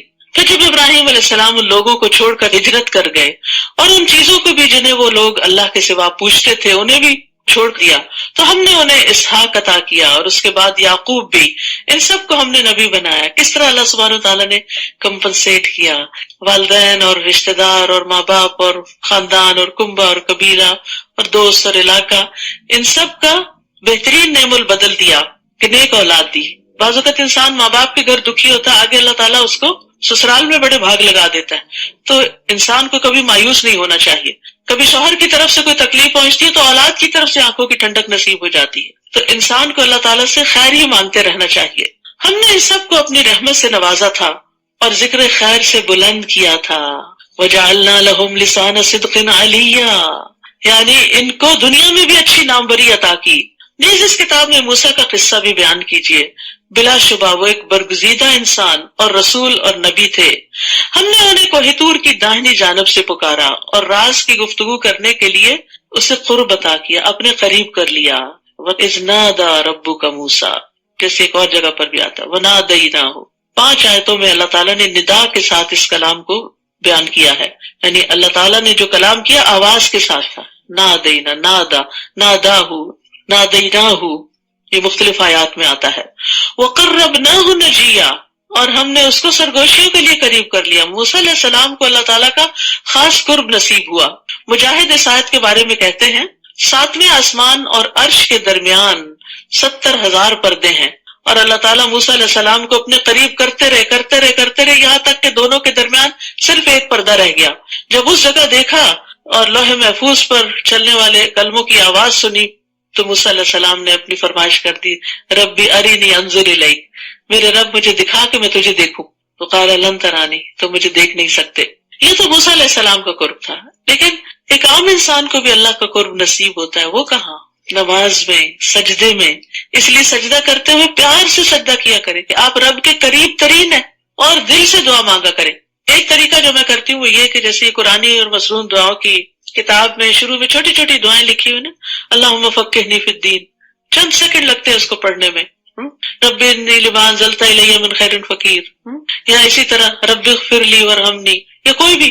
آج کل ماشاءاللہ عام دنوں سے زیادہ سجدے کر رہے ہیں آپ، تو امام کے پیچھے بھی سجدے میں 3 دفعہ سبحان ربی الاعلیٰ پڑھ کے فٹافٹ اپنی دعا کر دی، کیونکہ وہاں پر دعا قبول ہوتی، اور ریپیٹ بھی کر سکتے ہیں۔ 1-2 صفحے یاد تو ہوں گے آپ کو، تو ادھر ایک نظر دیکھ کے تاکہ آپ کو سیکوینس یاد رہے تو آپ ان کو ریپیٹ کرتے رہیں۔ اس طرح انشاءاللہ دعائیں رمضان کی راتوں میں، قیام کے دوران، سجدوں میں آپ مانگ سکیں گے۔ چلو لمبی تو نہیں، اور امام لمبی دعا کا وقت بھی نہیں دیتے، وہ بھی جلدی میں ہوتے ہیں، تو اس میں یہ ہے کہ چھوٹی سی دعا تو مانگی جا سکتی ہے، اور اللہ تعالیٰ اگر وہ قبول کر لے تو پتہ نہیں کتنی خیر اور بلائی کے خزانے آپ کے لیے کھل جائیں، اور اس رمضان کے بعد معلوم نہیں اور نیکیوں کی کیسی کیسی اپرچونٹیز آپ کو ملے۔ تو رب کو پکارنا چاہیے، اور رب کے قریب جا کے رب سے دعا کرنی چاہیے، یعنی سجدے میں۔ وَوَهَبْنَا لَهُ مِن رَحْمَتِنَا أَخَاهُ هَارُونَ نَبِيًّا، اور اپنی مہربانی سے ان کے بھائی ہارون کو نبی بنا کر اسے مدد کے طور پر دے دیا۔ دلچسپ بات یہ کہ موسیٰ علیہ السلام کی اولاد کا ذکر نہیں ملتا، لیکن ان کے بھائی کا ذکر ملتا ہے۔ تو یہ اللہ کا فیصلہ نا، کسی کو بھائی کی شکل میں سپورٹ ملتی ہے اور کسی کو اولاد کی شکل میں ملتی ہے، تو اس لیے انسان کو کمپیریزن نہیں کرنا چاہیے، ہے فلاں کے تو بچے بڑے نیک ہیں، معلوم نہیں آپ کو اللہ تعالیٰ کس نیک انسان کے ساتھ ملا دے کہ وہ آپ کے دین میں آپ کو آگے لے جائے۔ تو اللہ کے فیصلوں پر راضی رہنا سیکھیں، خوش رہنا سیکھیں۔ وَاذْكُرْ فِي الْكِتَابِ اسماعیل، نیز اس کتاب میں اسماعیل کا قصہ بیان کیجیے۔ ابراہیم علیہ السلام کو اللہ تعالیٰ نے اسحاق اور یعقوب علیہ السلام دیے، لیکن اسماعیل علیہ السلام بھی دیے تھے جو حضرت ہاجر سے تھے۔ ایک بیٹے سے فوراً نبوت چل پڑی، لیکن دوسرے بیٹے سے فوراً نہیں چلی، مگر کئی 100 سال کے بعد محمد صلی اللہ علیہ وسلم کی شکل میں عظیم ترین بیٹا عطا کیا۔ نبی صلی اللہ علیہ وسلم فرماتے تھے نا، میں اپنے باپ ابراہیم کی دعا ہوں، انہوں نے آپ کے لیے دعا کی تھی. تو بعض اوقات ایسا ہوتا ہے کہ ہماری زندگی میں ہماری نسلوں کو بھاگ لگ جاتے ہیں، اور بعض اوقات یہ بھی ہوتا ہے کہ انسان دعائیں مانگتا رہتا ہے، اللہ دعائیں رائے گاہ نہیں کرتا، اور صدیوں بعد کوئی ایسا بچہ اس نسل میں پیدا ہو جاتا ہے جو کسی کی دعا کا نتیجہ ہوتا ہے، وہ بھی صدقہ جاریہ بن جائے گا. تو اس لیے اولاد اور اولادوں کی اولاد کے لیے، جنریشنز کے لیے دعائیں کرتے رہا کریں. اور اگر اپنے بچے اتنے فرما بردار نہیں تو غم نہ کھایا کریں، کوئی پتہ نہیں آئندہ اللہ تعالیٰ آپ کی دعاؤں کو کیا قبولیت کا مقام عطا کرے. نیز اس کتاب میں اسماعیل کا قصہ بیان کیجئے، وہ وعدے کے سچے. دیکھیے کتنی دفعہ قرآن میں وعدے کا ذکر آیا نا. ہم سب کو اس بات کا لحاظ رکھنا چاہیے، کسی سے کچھ کہے تو پھر کر کے دکھائیں. اللہ سے وعدہ کرے، کوئی نظر مانے، منت مانے، یا بندوں کے ساتھ کوئی وعدہ کرے تو اس کو پھر حتی الامکان نبھائیں. تو اللہ تعالیٰ نے ان کے وعدے کی پابندی کی وجہ سے ان کی یہ صفت یہاں بیان کی. اور وہ رسول نبی تھے، اور یہ انبیاء کے اخلاق میں سے ہے. نبی صلی اللہ علیہ وسلم کی خوبی بھی کیا تھی؟ کان صادق الوعد. اور خوبی کیا تھی اسماعیل علیہ السلام کی؟ وہ اپنے گھر والوں کو نماز اور زکوٰۃ کا حکم دیتے تھے. عیسیٰ علیہ السلام نے کہا کہ میں نماز اور زکوٰۃ ادا کرتا ہوں اور والدہ کا فرما بردار ہوں. اور یہاں اسماعیل علیہ السلام نہ صرف یہ کہ خود پڑھتے ہیں بلکہ اپنے بچوں کو بھی اس راہ پہ لگاتے ہیں، اور اپنے رب کے نزدیک ایک پسندیدہ انسان تھے. تو یاد رکھیے رسول اللہ صلی اللہ علیہ وسلم نے فرمایا اپنے بچوں کو نماز پڑھنے کا حکم دو جب وہ 7 سال کے ہو جائیں، اور جب وہ 10 برس کے ہوں تو انہیں ترک نماز پر مارو اور ان کے بستر آپس میں جدا کر دو، یعنی 10 سال میں پھر نو ایکسکیوز. نیز اس کتاب میں ادریس کا بھی ذکر کیجئے، وہ ایک راست باز انسان اور نبی تھے. یہاں سچائی کا ذکر کیا گیا، اور یہ سچائی بات کی بھی ہوتی ہے اور وعدے کی بھی ہوتی ہے. وَرَفَعْنَاهُ مَكَانًا عَلِيًّا، اور ہم نے انہیں بلند مقام پر اٹھا لیا تھا. یہ وہ انبیاء ہیں جن پر اللہ نے انعام کیا تھا. وہ آدم کی اولاد سے اور ان لوگوں سے تھے جنہیں ہم نے نوح کے ساتھ کشتی میں سوار کیا تھا، اور ابراہیم اور اسرائیل کی اولاد سے نہیں، یعقوب علیہ السلام کی اولاد سے تھے، اور ان لوگوں سے تھے جنہیں ہم نے ہدایت عطا کی تھی اور برگزیدہ کیا تھا. جب انہیں اللہ تعالیٰ کی آیات سنائی جاتی تو وہ روتے ہوئے سجدے میں گر جاتے، یعنی آیات سن کر ان کے دل پر ایسی کیفیت طاری ہو جاتی تھی. لیکن یہ کیفیت اسی پہ ہو سکتی ہے جس کو قرآن سمجھ آتا ہو. پھر ان کے بعد ان کی نالائق اولاد ان کی جانشین بنی جنہوں نے نماز کو ضائع کر دیا. تو نالائق اولاد کون سی ہوتی ہے؟ جو نماز چھوڑ دے اور اپنی خواہشات کے پیچھے لگ گئے. دنیا دنیا دنیا. وہ عنقریب گمراہی کے انجام سے دوچار ہوں گے. فَسَوْفَ يَلْقَوْنَ غَيًّا. ابن مسعود کہتے ہیں کہ غی جہنم کی ایک وادی ہے جس کی گہرائی بہت لمبی اور اس کی خوراک بہت بری ہے. جو نماز نہیں پڑھیں گے ان کو وہاں ٹھکانہ ملے گا. تو انسان کو اپنی نماز کی وقتاً فوقتاً دیکھ بھال کرتے رہنا چاہیے، کیونکہ نماز کو ضائع کرنا دین کو ضائع کرنا ہے. اور اس میں نماز کو یا تو پڑھنا ہی نہ، یہ بھی ضائع کرنا ہے، یا پڑھنا تو لیٹ کر کے پڑھنا، یہ بھی ضائع کرنا ہے. لوگوں نے ابن مسعود سے پوچھا کہ نماز کو ضائع کرنے کا مطلب کیا ہے؟ تو انہوں نے کہا اس سے مراد ہے نماز کو اتنی دیر سے پڑھنا کہ اصل وقت ہی نکل جائے. لوگوں نے کہا ہم یہ سمجھتے تھے کہ نماز کو چھوڑنا اسے ترک کرنا ہے. انہوں نے کہا اگر وہ نماز چھوڑ دیتے تو کافر ہو جاتے. یہ ابن مسعود کا کہنا ہے. صحابہ نمازوں کو ضائع ہوتے دیکھ کر رویا کرتے تھے. امام زہری کہتے ہیں کہ میں دمشق میں انس بن مالک کی خدمت میں گیا. آپ اس وقت رو رہے تھے. میں نے عرض کیا آپ کیوں رو رہے ہیں؟ انہوں نے فرمایا اب میں اس نماز کے علاوہ نبی صلی اللہ علیہ وسلم کے دور کی کوئی چیز نہیں پاتا، اور اب اس نماز کو بھی ضائع کر دیا گیا، یعنی اس کو تاخیر سے پڑھتے ہیں. وہ لیٹ پڑھنے پر رو رہے تھے، لیکن جو پڑھے ہی نہ ان کی موت کا منظر کیا ہے؟ وَالْتَفَّتِ السَّاقُ بِالسَّاقِ إِلَىٰ رَبِّكَ يَوْمَئِذٍ الْمَسَاقُ فَلَا صَدَّقَ وَلَا صَلَّىٰ وَلَٰكِنْ كَذَّبَ وَتَوَلَّىٰ. اور پنڈلی کے ساتھ پنڈلی لپٹ جائے گی، یعنی موت کا وقت جب آئے گا اس دن تیرے رب کی طرف روانگی ہے. نہ اس نے تصدیق کی نہ نماز ادا کی، لیکن جھٹلایا اور منہ پھیرا. اور یاد رکھیے وہ حدیث نبی صلی اللہ علیہ وسلم کا خواب جس میں ایک شخص کا سر پتھر سے کچلا جا رہا تھا جو قرآن کا حافظ تھا لیکن قرآن سے غافل ہو گیا اور فرض نماز پڑھے بغیر سو جاتا تھا، یعنی نمازوں کی کوئی پرواہ نہیں. إِلَّا مَن تَابَ وَآمَنَ وَعَمِلَ صَالِحًا فَأُولَٰئِكَ يَدْخُلُونَ الْجَنَّةَ وَلَا يُظْلَمُونَ شَيْئًا. البتہ ان میں سے جس نے توبہ کر لی، ایمان لے آیا اور اچھے عمل کیے تو ایسے لوگ جنت میں داخل ہوں گے اور ان کی ذرہ برابر حق تلفی نہ ہوگی. ساری محنتوں کا پورا پورا بدلہ دیا جائے گا. وہ جنت ایسے ہمیشہ رہنے والے باغات ہیں جن کا اللہ نے اپنے بندوں سے وعدہ کر رکھا ہے اور انہیں کسی نے دیکھا نہیں. بلا شبہ اس کا وعدہ پیش آ کر رہے گا. اللہم انا نسألک الجنہ.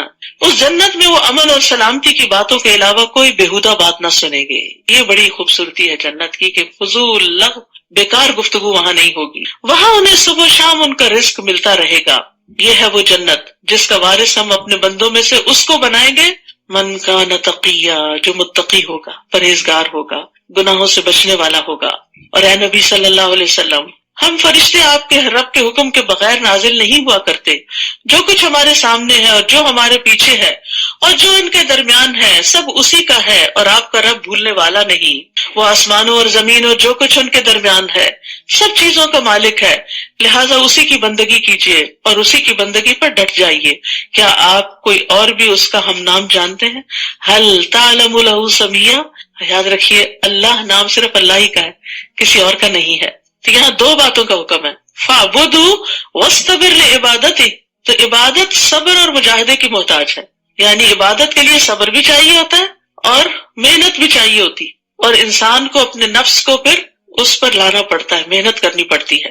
وَيَقُولُ الْإِنسَانُ أَإِذَا مَا مِتُّ لَسَوْفَ أُخْرَجُ حَيًّا. انسان یہ کہتا ہے کہ جب میں مر جاؤں گا تو کیا پھر سے زندہ کر کے قبر سے نکال لایا جاؤں گا؟ کیا انسان کو یہ یاد نہیں رہا کہ اس سے پہلے ہم نے اسے پیدا کیا جبکہ وہ کچھ بھی نہ تھا؟ آپ کے رب کی قسم، ہم انہیں اور ان کے ساتھ شیطانوں کو ضرور جمع کر کے لائیں گے، پھر ان سب کو گھٹنوں کے بل جہنم کے ارد گرد حاضر کر دیں گے. پھر ہر گروہ میں سے ایسے لوگوں کو کھینچ نکالیں گے جو اللہ تعالیٰ کے مقابلے پر سخت سرکش بنے ہوئے تھے، یعنی شر میں جو لوگوں کے لیڈر اور سردار ہوں گے. پھر ہم ان لوگوں کو بھی خوب جانتے ہیں جو جہنم میں پہلے داخل ہونے کے زیادہ مستحق ہیں.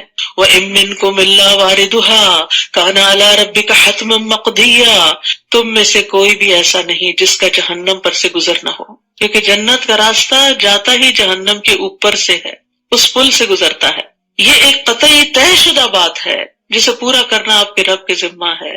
عبداللہ بن مسعود اس آیت کی تفسیر میں فرماتے ہیں کہ رسول اللہ صلی اللہ علیہ وسلم نے فرمایا تمام انسان جہنم کے اوپر سے گزریں گے، پھر بعد میں اپنے اعمال کے مطابق وہاں سے نکلیں گے. یعنی وہاں کچھ لوگ دوڑتے ہوئے گزریں گے، کچھ چلتے ہوئے، کچھ گھسٹتے ہوئے، کچھ گھٹنوں کے بل رینگتے ہوئے، اور کوئی نیچے گر جائے گا اور پھر وہاں سے نکالا جائے گا. عبداللہ بن رواحہ اپنا سر اپنی بیوی کی گود میں رکھے ہوئے رونے لگے تو ان کی بیوی بھی رونے لگی. پوچھا تم کیوں رو رہی ہو؟ اس نے کہا میں نے آپ کو دیکھا آپ رو رہے ہیں تو میں بھی رونے لگی. انہوں نے کہا مجھے اللہ تعالیٰ کا یہ قول یاد آ گیا، وَإِن مِّنكُمْ إِلَّا وَارِدُهَا. مجھے نہیں پتا میں وہاں سے نجات پاؤں گا کہ نہیں، کیسے گزروں گا اس پل سے.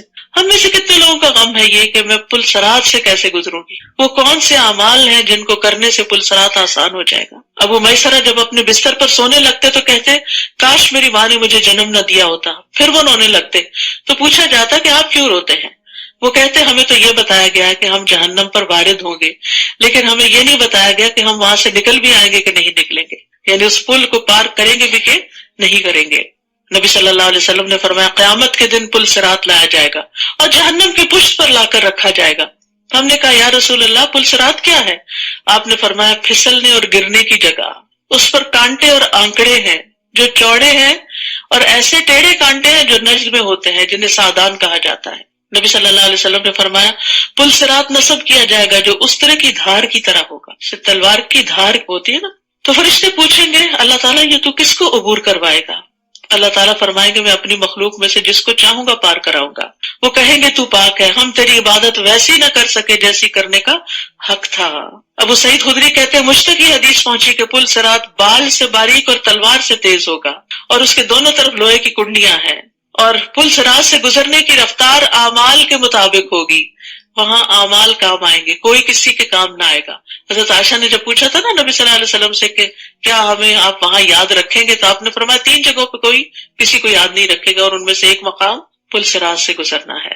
اور پھر یہاں اللہ تعالیٰ کیا فرماتے ہیں کہ متقی لوگوں کو اس سے بچا لیا جائے گا. وہاں کچھ لوگ دوڑتے ہوئے گزریں گے، کچھ چلتے ہوئے، کچھ گھسٹتے ہوئے، کچھ گھٹنوں کے بل رینگتے ہوئے. جو جتنا اللہ سے ڈرتا ہے اور نیک کام کرتا ہے اور اپنے نفس کو کنٹرول میں رکھتا ہے وہ اتنی تیزی کے ساتھ وہاں سے گزر جائے گا. ثم ننجی الذین اتقوا. پھر ہم پرہیزگاروں کو تو جہنم سے نجات دیں گے وَنَذَرُ الظَّالِمِينَ فِيهَا جِثِيًّا مگر ظالموں کو اس میں گھٹنوں کے بل گرے ہوئے چھوڑ دیں گے۔ اور جب ان پر ہماری واضح آیات پڑھی جاتی ہیں تو کافر ایمان والوں سے کہتے ہیں بتاؤ ہم دونوں گروہوں میں سے کس کی حالت بہتر ہے اور کس کی مجلس اچھی ہے، دار ارقم اچھا ہے یا دار الندوہ اچھا ہے؟ ان کو اپنی مجلس پر بڑا فخر تھا، اپنی اسمبلی کی جگہ پر، حالانکہ ہم ان سے پہلے کئی ایسی قومیں ہلاک کر چکے ہیں جو ساز و سامان اور ظاہری شان و شوکت کے لحاظ سے ان سے بہتر تھی۔ تو یاد رکھیے اچھے لباس اور اچھے رہن سہن کا اللہ کے یہاں کوئی مقام نہیں۔ اللہ سبحانہ وتعالیٰ جسموں اور شکلوں کو نہیں دیکھتا، اللہ سبحانہ وتعالیٰ انسان کے دل کو دیکھتا ہے کہ اس میں تقویٰ کتنا ہے، اور اعمال کو دیکھتا ہے کہ یہ کر کے کیا لایا ہے۔ آپ ان سے کہیے جو شخص گمراہی میں پڑا ہوا ہو تو اللہ تعالیٰ اسے ایک مدت تک ڈھیل دیے جاتے ہیں، یہاں تک کہ یہ لوگ وہ کچھ دیکھ لیتے ہیں جس کا ان سے وعدہ کیا جاتا ہے، خواہ یہ عذاب الہی ہو یا قیامت ہو۔ اس وقت انہیں معلوم ہو جائے گا کہ کس کا حال برا ہے اور کس کا جتھا کمزور ہے۔ اور جو لوگ راہ راست پر چلتے ہیں اللہ انہیں مزید ہدایت عطا کرتے ہیں۔ نیکی کے رستے پہ چلنے کا نتیجہ آگے نیکیوں سے ملاقات ہے، اور باقی رہنے والی نیکیاں ہی آپ کے رب کے نزدیک ثواب اور انجام کے لحاظ سے بہتر ہیں۔ والباقیات الصالحات خیر عند ربک ثوابا وخیر مردا۔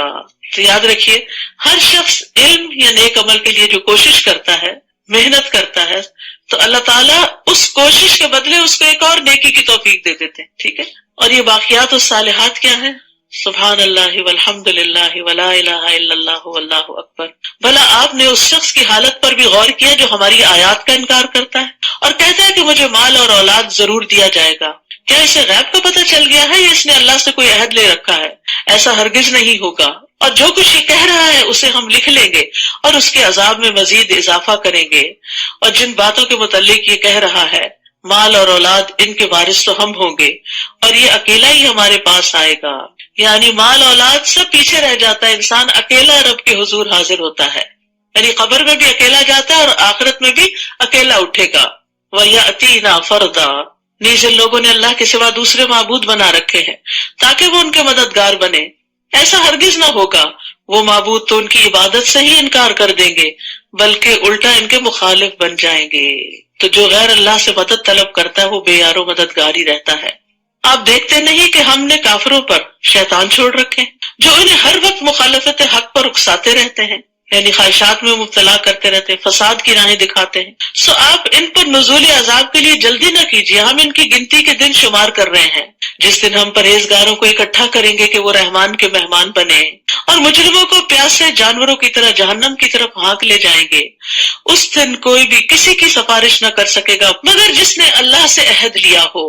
اور بعض لوگ کہتے ہیں کہ رحمان کی اولاد ہے، یہ تو اتنی بری بات ہے جو تم گھڑ لائے ہو، جس سے ابھی آسمان پھٹ پڑے اور زمین شق ہو جائے اور پہاڑ دھڑام سے گر پڑے۔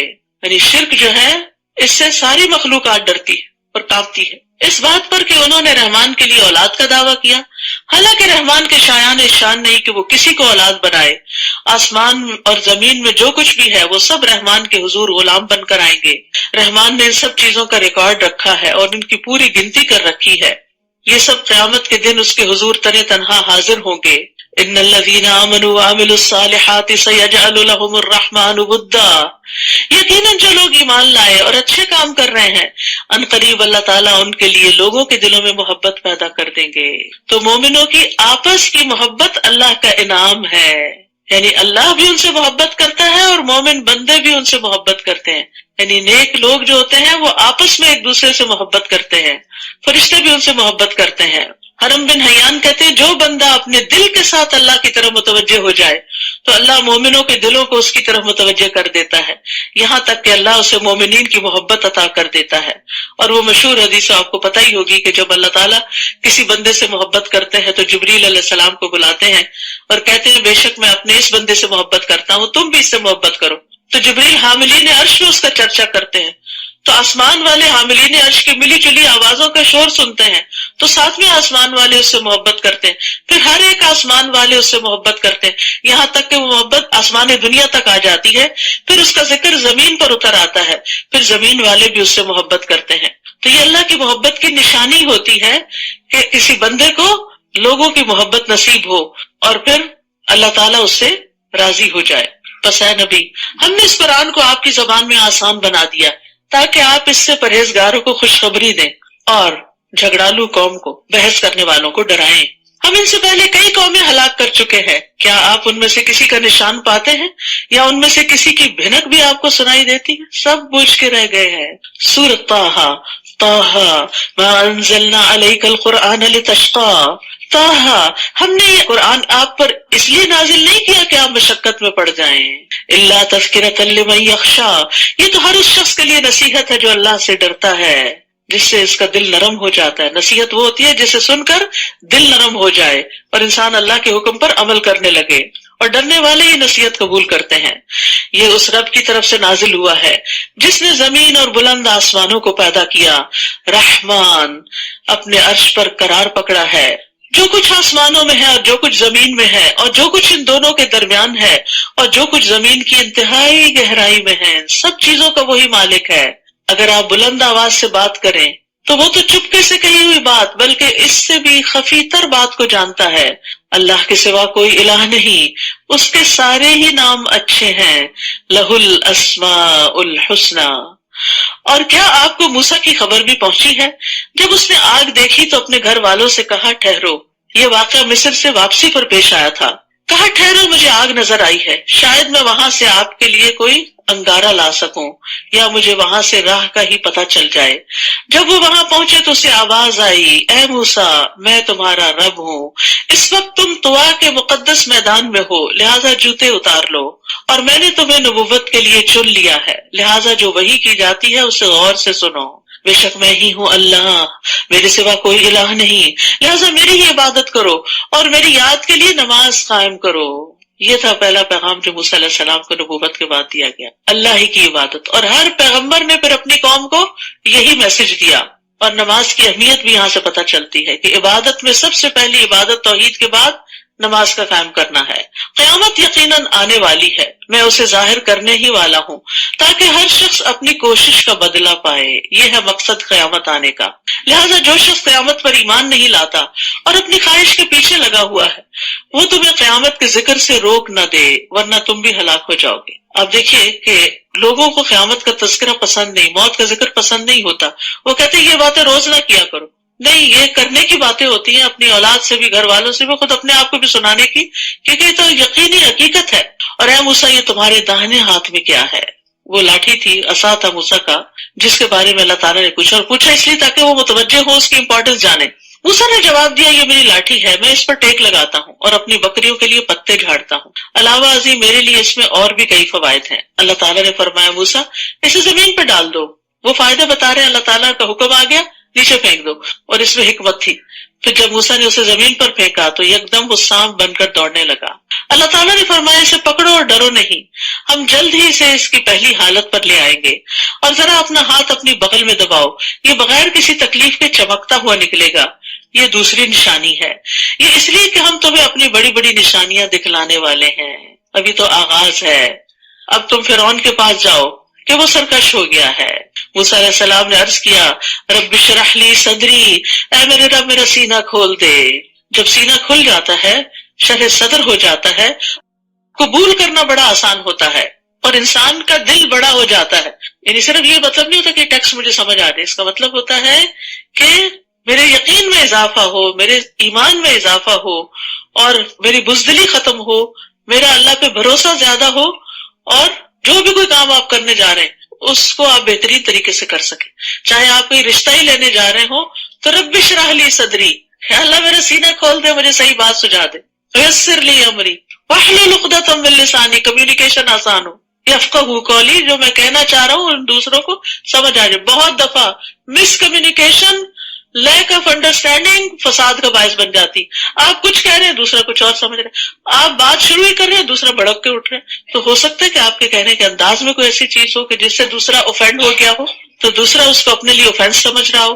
تو انسان کو ہر موقع پر یہ دعا بڑا فائدہ دیتی ہے، وَيَسِّرْ لِي أَمْرِي، اور میرے لیے میرا کام آسان بنا دے، وَاحْلُلْ عُقْدَةً مِّن لِّسَانِي، اور میری زبان سے لکنت کی گرہ کھول دے جو موسیٰ علیہ السلام کو لاحق تھی، یفقہوا قولی، تاکہ لوگ میری بات سمجھ سکیں، وَاجْعَل لِّي وَزِیرًا مِّنْ أَہْلِی، اور میرے لیے میرے خاندان میں سے ایک مددگار مقرر کر دے، ہارون اخی، ہارون کو جو میرا بھائی ہے، اشدد بہ ازری، اس سے میری کمر کو مضبوط کر، واشرکہ فی امری، اور اسے میرے کام میں شریک کر۔ یہ ہے شرح صدر کہ دوسروں کو کام میں شریک کر لینا، دوسروں سے کام لے لینا، دوسروں کو اپنا مددگار بنا لینا، کئی نسبحک کثیرا، تاکہ ہم تیری تسبیح بیان کریں، ونذکرک کثیرا، اور خوب خوب تیرا ذکر کریں، انک کنت بنا بصیرا، بلا شبہ تو ہر آن ہمیں دیکھ رہا ہے۔ قال قد اوتیت سؤلک یا موسیٰ، اللہ تعالیٰ نے فرمایا موسیٰ جو کچھ تم نے مانگا وہ تمہیں دے دیا گیا، ساری دعائیں قبول ہو گئیں، سبحان اللہ۔ اور ہم نے تم پر ایک اور مرتبہ بھی احسان کیا تھا، وہ وقت یاد کرو جبکہ ہم نے تمہاری ماں کی طرف اشارہ کیا، جو وحی کے ذریعے کیا جاتا ہے، یعنی خفیہ اشارہ کیا جو کسی کو نہیں پتا چلا، صرف انہی تک بات پہنچی کہ تم اس بچے موسیٰ کو صندوق میں رکھو، پھر اس صندوق کو دریا میں ڈال دو، دریا اس صندوق کو ساحل پہ پھینک دے گا جسے میرا اور موسیٰ کا دشمن اٹھا لے گا۔ میں نے تم پر اپنی طرف سے محبت ڈال دی کہ جو کوئی تمہیں دیکھے پیار کرنے لگے، اور یہ اس لیے کیا کہ میری نگرانی میں تمہاری پرورش ہو، تیرے دشمن بھی تجھ سے محبت کریں۔ جب تمہاری بہن لبے ساحل تمہارے ساتھ ساتھ چل رہی تھی، موسیٰ پانی میں تھے اور بہن کنارے پر، اور جب فرعون نے صندوق اٹھا لیا تو انہیں کہنے لگی کیا میں تمہیں ایسے شخص کا پتہ دوں جو اس بچے کی ٹھیک طرح پرورش کر سکے؟ پھر ہم نے تمہاری ماں کے پاس تمہیں لوٹا دیا تاکہ وہ اپنی آنکھیں ٹھنڈی کرے اور غم زدہ نہ رہے، اس کا غم دور کر دیا۔ نیز تم نے ایک آدمی کو مار ڈالا تھا تو ہم نے تمہیں اس غم سے نجات دی، یعنی گلٹ سے نکال دیا، پھر تمہیں مختلف آزمائشوں سے گزارا، فَفَتَنَّاكَ فُتُونًا، یعنی اس کے بعد پھر موسیٰ علیہ السلام 8-10 سال مدین میں رہے، بکریاں چراتے رہے۔ تو یہ سارے موسیٰ علیہ السلام کی زندگی کے حالات اللہ تعالیٰ بیان کر رہے ہیں کہ کہاں کہاں سے وہ گزرے۔ ہمارے لیے ایک سبق ہے نا اس میں کہ کچھ پانے کے لیے انسان کو زندگی کے کن پگڈنڈیوں پہ چلنا پڑتا ہے، راستے میں کیسے کیسے لوگ ملتے ہیں، کیسے کیسے حادثے ہوتے ہیں، اور اللہ تعالیٰ کس طرح بچاتا چلا جاتا ہے انسان کو۔ پھر تم کئی سال مدین والوں کے ہاں رہے، پھر اب تم اے موسیٰ تقدیر کے مطابق ٹھیک وقت پر یہاں آ گئے۔ یہ وقت مقرر تھا تمہاری نبوت کے لیے، اللہ سے ملاقات کے لیے، اللہ سبحانہ تعالیٰ سے کلام کے لیے۔ وَاصْطَنَعْتُكَ لِنَفْسِي، اور میں نے تمہیں اپنے کام کا بنا لیا۔ اللہ ہمیں بھی اپنے کام کا بنا لے، لیکن آپ دیکھیے کہ جب اللہ کام کا بناتا ہے نا تو بعض اوقات ٹھکائی بھی ہوتی ہے، یعنی مشکلیں بھی پیش آتی ہیں، لیکن ان پہ صبر کرنا چاہیے اور اللہ کی رضا پہ راضی رہنا چاہیے۔ لیکن یہ کہ خوش قسمت ہے وہ انسان جس کو اللہ چن لے۔ اب تم اور تمہارا بھائی دونوں میرے معجزات لے کر جاؤ اور میرے ذکر میں کوتاہی نہ کرنا، کام کرو لیکن ساتھ ذکر نہیں چھوڑنا، کیونکہ فرعون کے پاس بھیجا جا رہا تھا۔ ہاں فرعون کے ہاں جاؤ، وہ بڑا سرکش ہو گیا ہے، دیکھو اسے نرمی سے بات کہنا، شاید وہ نصیحت قبول کر لے یا ڈر جائے۔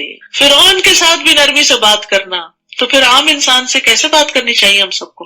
پولائٹلی، آرام سے مشکل بات بھی تو آرام سے کریں، کیونکہ نرم گفتگو جو ہے وہ صدقہ ہے۔ نبی صلی اللہ علیہ وسلم نے فرمایا جس کو نرمی سے حصہ دیا گیا تو یقیناً اس کو دنیا اور آخرت کی خیر و بھلائی سے نواز دیا گیا، اور نرم گفتگو کے بدلے جنت میں خوبصورت بالا خانے ملیں گے۔ قالا ربنا انا نخاف ان یفرط علینا او ان یطغى، دونوں نے عرض کیا اے رب ہم اس بات سے ڈرتے ہیں کہ وہ ہم پہ زیادتی کرے یا مزید سرکشی اختیار کرے۔ اللہ تعالیٰ نے فرمایا ڈرو مت، میں تمہارے ساتھ ہوں، سب کچھ سن رہا ہوں اور دیکھ رہا ہوں، لہٰذا اس کے پاس جاؤ اور اسے کہنا ہم تیرے رب کے رسول ہیں، لہٰذا بنی اسرائیل کو ہمارے ساتھ جانے کے لیے چھوڑ دو اور انہیں تکلیف نہ دو، ہم تیرے پاس تیرے رب کی نشانی لے کر آئے ہیں۔ والسلام علی من اتبع الہدی، اور جو شخص ہدایت کی پیروی کرے اس کے لیے سلامتی ہے۔ ہماری طرف وحی کی گئی کہ جو شخص اسے جھٹلائے گا اور منہ موڑے گا اس کے لیے یقیناً عذاب ہے۔ فرعون نے جواب دیا موسیٰ تمہارا رب کون ہے؟ موسیٰ نے کہا ہمارا رب وہ ہے جس نے ہر چیز کو اس کی صورت خاص عطا کی، پھر اس کی رہنمائی کی۔ فرعون نے کہا تو پھر جو نسلیں گزر چکی ہیں وہ کس حال میں ہیں؟ موسیٰ نے جواب دیا ان کا علم میرے رب کے پاس ایک کتاب میں ہے، میرا رب نہ چوکتا ہے اور نہ بھولتا ہے، وہی جس نے تمہارے لیے زمین کا فرش بچھایا اور اس میں تمہارے چلنے کو راستے بنائے اور اوپر سے پانی برسایا، پھر اس بارش سے مختلف قسم کی پیداوار نکالی، کھاؤ اور اپنے جانوروں کو بھی چراؤ۔ اس طریقہ کار میں اہل عقل کے لیے بہت سی نشانیاں ہیں۔ اسی زمین سے ہم نے تمہیں پیدا کیا اور اسی میں تمہیں واپس لے جائیں گے اور اسی سے تمہیں دوبارہ نکالیں گے۔ غرض ہم نے فرعون کو اپنی نشانیاں دکھائیں مگر وہ انہیں جھٹلاتا رہا اور کوئی بات تسلیم نہ کی۔ موسیٰ سے کہنے لگا کیا تو ہمارے پاس اس لیے آیا کہ ہمیں اپنے جادو کے زور سے ہمارے ملک سے نکال دیں؟ سو ہم بھی اس قسم کا جادو لاتے ہیں، لہٰذا اپنے اور ہمارے درمیان مقابلے کے لیے ایک وقت مقرر کر لو جس کی خلاف ورزی نہ تم کرو نہ ہم کریں، اور اس جگہ پہنچنا دونوں کے لیے یکساں ہو۔ موسیٰ علیہ السلام نے جواب دیا، اچھا یہ وعدہ جشن کا دن ہے اور لوگ چاشت کے وقت جمع ہوں گے، یعنی ان کا بڑا دن تھا۔ چنانچہ فرعون لوٹ گیا اور اپنے سارے ہتھ کنڈے جمع کیے اور مقابلے پہ آ گیا۔ اس وقت موسیٰ نے لوگوں سے کہا، افسوس تم پر، اللہ کے ذمے جھوٹی باتیں نہ لگاؤ ورنہ عذاب سے وہ تمہیں غارت کر دے گا، کیونکہ جس نے بھی جھوٹ گھڑا ناکام ہی رہا۔ پھر اس معاملے میں وہ آل فرعون آپس میں جھگڑنے لگے اور خفیہ مشورہ کرنے لگے۔ آخر کچھ لوگوں نے کہا یہ دونوں جادوگر ہیں اور چاہتے یہ ہیں کہ جادو کے زور سے تمہیں تمہارے ملک سے نکال دیں اور تمہارا مثالی طریقے زندگی ختم کر دیں، لہٰذا اپنی سب تدبیریں اکٹھی کرو اور متحد ہو کر مقابلے میں آؤ اور سمجھ لو کہ جو آج غالب رہا وہ جیت گیا۔ پھر موسیٰ سے کہنے لگے، موسیٰ تم ڈالتے ہو یا پہلے ہم ڈالیں؟ موسیٰ نے کہا تم ہی ڈالو۔ پھر ان کے جادو کے اثر سے ایسا معلوم ہوتا تھا کہ ان کی رسیاں اور لاٹھیاں یکدم دوڑنے لگی ہیں۔ یہ دیکھ کر موسیٰ اپنے دل میں ڈر گئے۔ ہم نے وحی کی اسے، کہا مت ڈرو، غالب تم ہی رہو گے، اور جو کچھ تمہارے دائیں ہاتھ میں ہے اسے پھینک دو۔ جو کچھ ان جادوگروں نے بنا رکھا ہے وہ سب کچھ ہڑپ کر جائے گا، یعنی عصا پھینک دو۔ انہوں نے تو صرف جادو کی فریب کاری ہی بنائی ہے، اور جادوگر جہاں سے بھی آئے کامیاب نہیں ہو سکتے۔ وَلَا يُفْلِحُ السَّاحِرُ حَيْثُ أَتَىٰ، یہ بھی جادو کے توڑ کے لیے بہترین آیت ہے، اور جادوگر جہاں سے بھی آئے مقابلے میں کامیاب نہیں ہو سکتا۔ تو اگر انسان کو کوئی ایسی تکلیف ہو تو انسان اللہ کی طرف رجوع کرے، اپنا معاملہ اللہ کے سپرد کر دے، اللہ پر توکل کرے، شرعی وظائف اور اوراد اذکار پڑھے، اور جادوگروں کے شر سے اللہ کی پناہ ہمیں اپنے آپ کو دے۔ فَأُلْقِيَ السَّحَرَةُ سُجَّدًا، چنانچہ یہ منظر دیکھ کر جادوگر بے ساختہ سجدے میں گر پڑے، کہنے لگے ہم ہارون اور موسیٰ کے رب پر ایمان لے آئے۔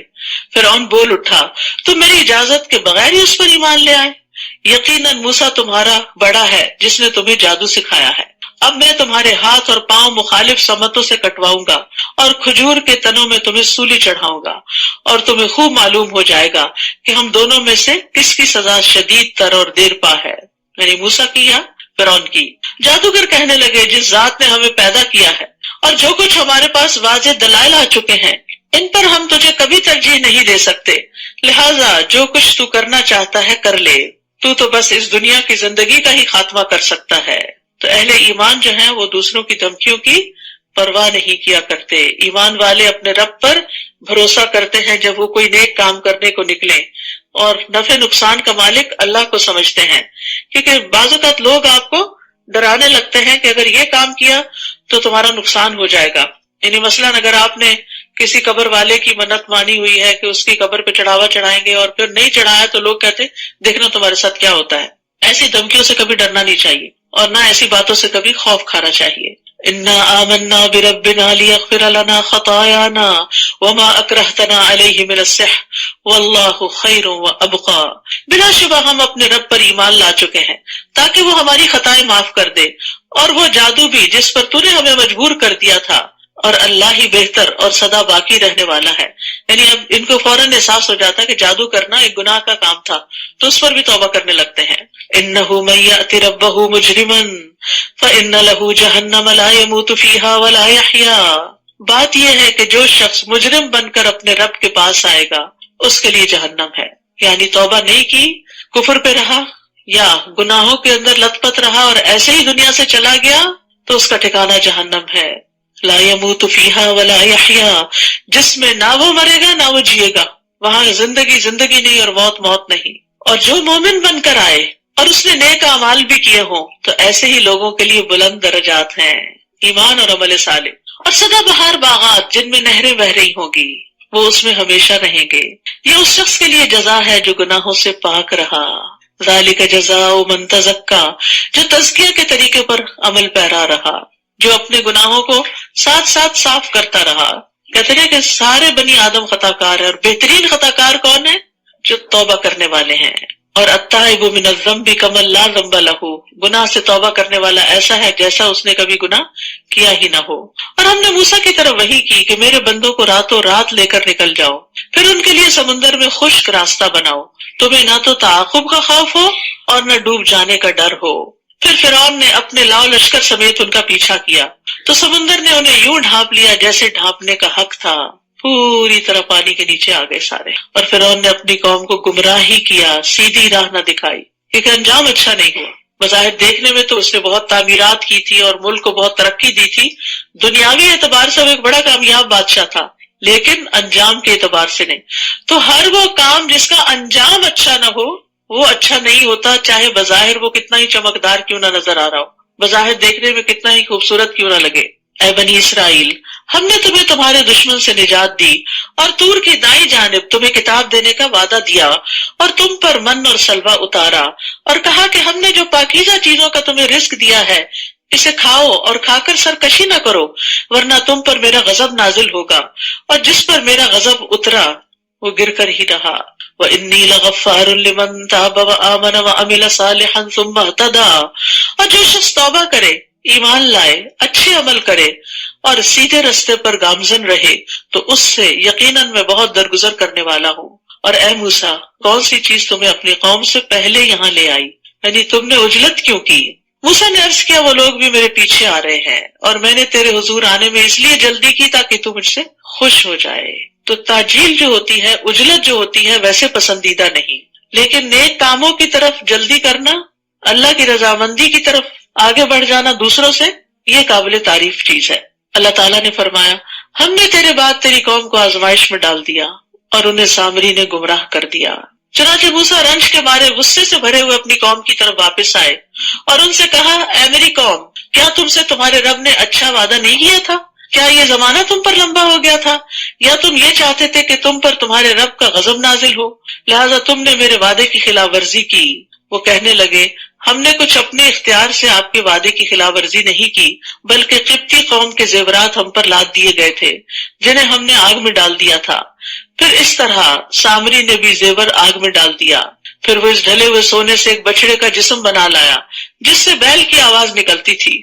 وہ لوگ کہنے لگے تمہارا اور موسیٰ کا الہ تو یہی ہے۔ موسیٰ تو بھول گئے، یعنی جو طور پہ چلے گئے۔ کیا وہ یہ نہیں دیکھتے کہ نہ تو وہ ان کی بات کا جواب دیتا ہے اور نہ ہی ان کے نفع نقصان کا کچھ اختیار رکھتا ہے؟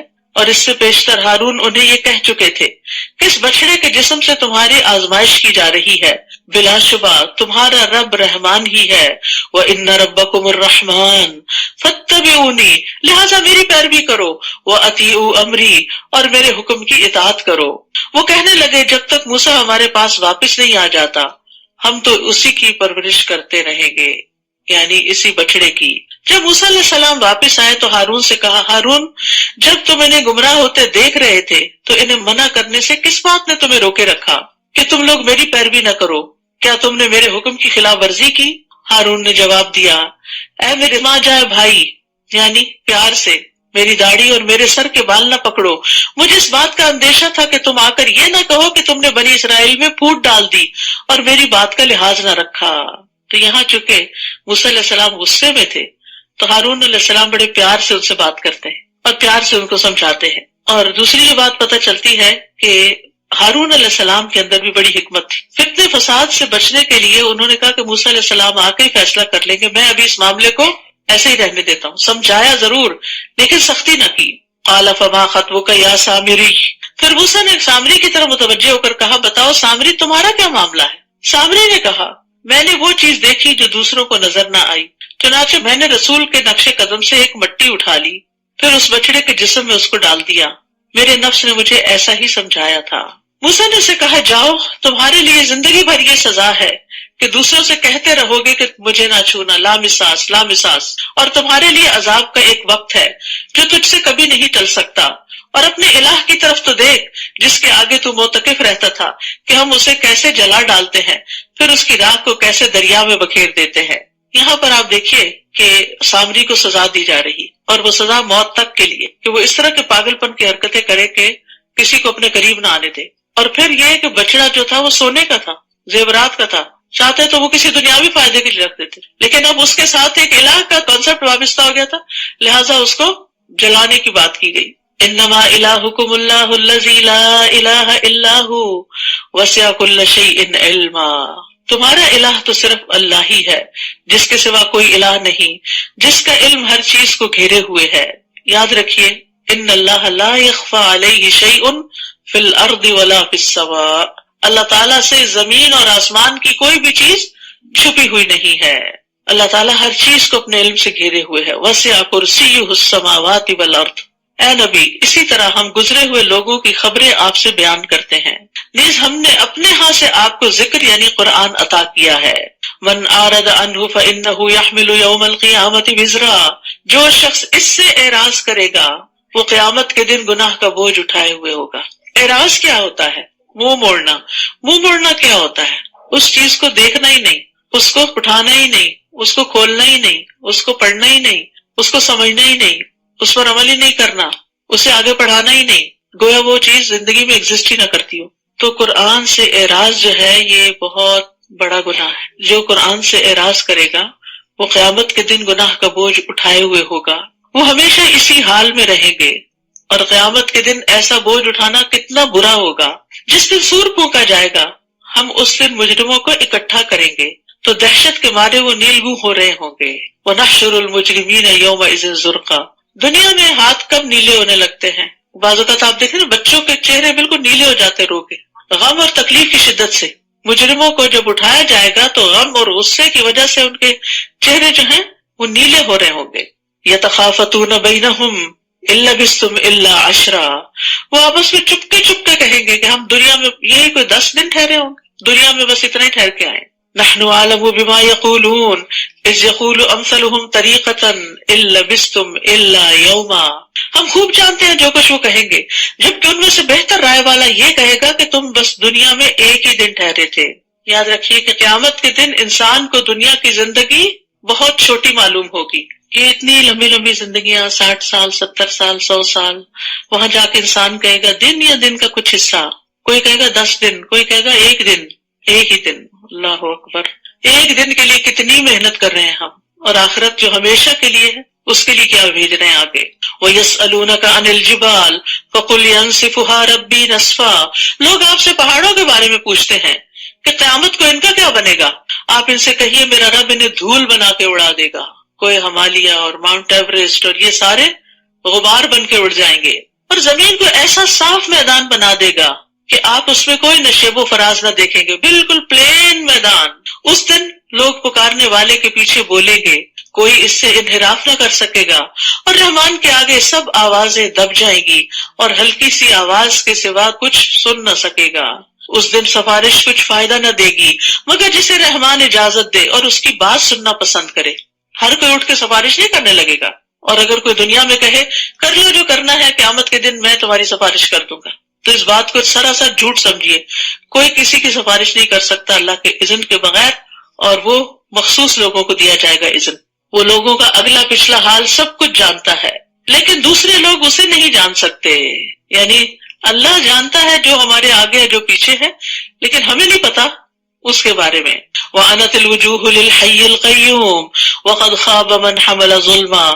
سب چہرے اس دن زندہ پائندہ ہستی کے سامنے جھک جائیں گے، اور جس نے ظلم کا بوجھ اٹھایا وہ نامراد ہوا. اور جو شخص نیک اعمال کرے اور وہ مومن ہو تو اسے بے انصافی یا حق تلفی کا ڈر نہ ہوگا، اس پر ظلم نہیں کیا جائے گا. اسی طرح ہم نے قرآن کو عربی زبان میں نازل کیا اور طرح طرح سے وعید بیان کیے تاکہ لوگ پرہیزگاری اختیار کریں یا ان میں غور و فکر کی عادت پیدا ہو. تو قرآن کے عربی میں آنے کا مقصد کیا ہے؟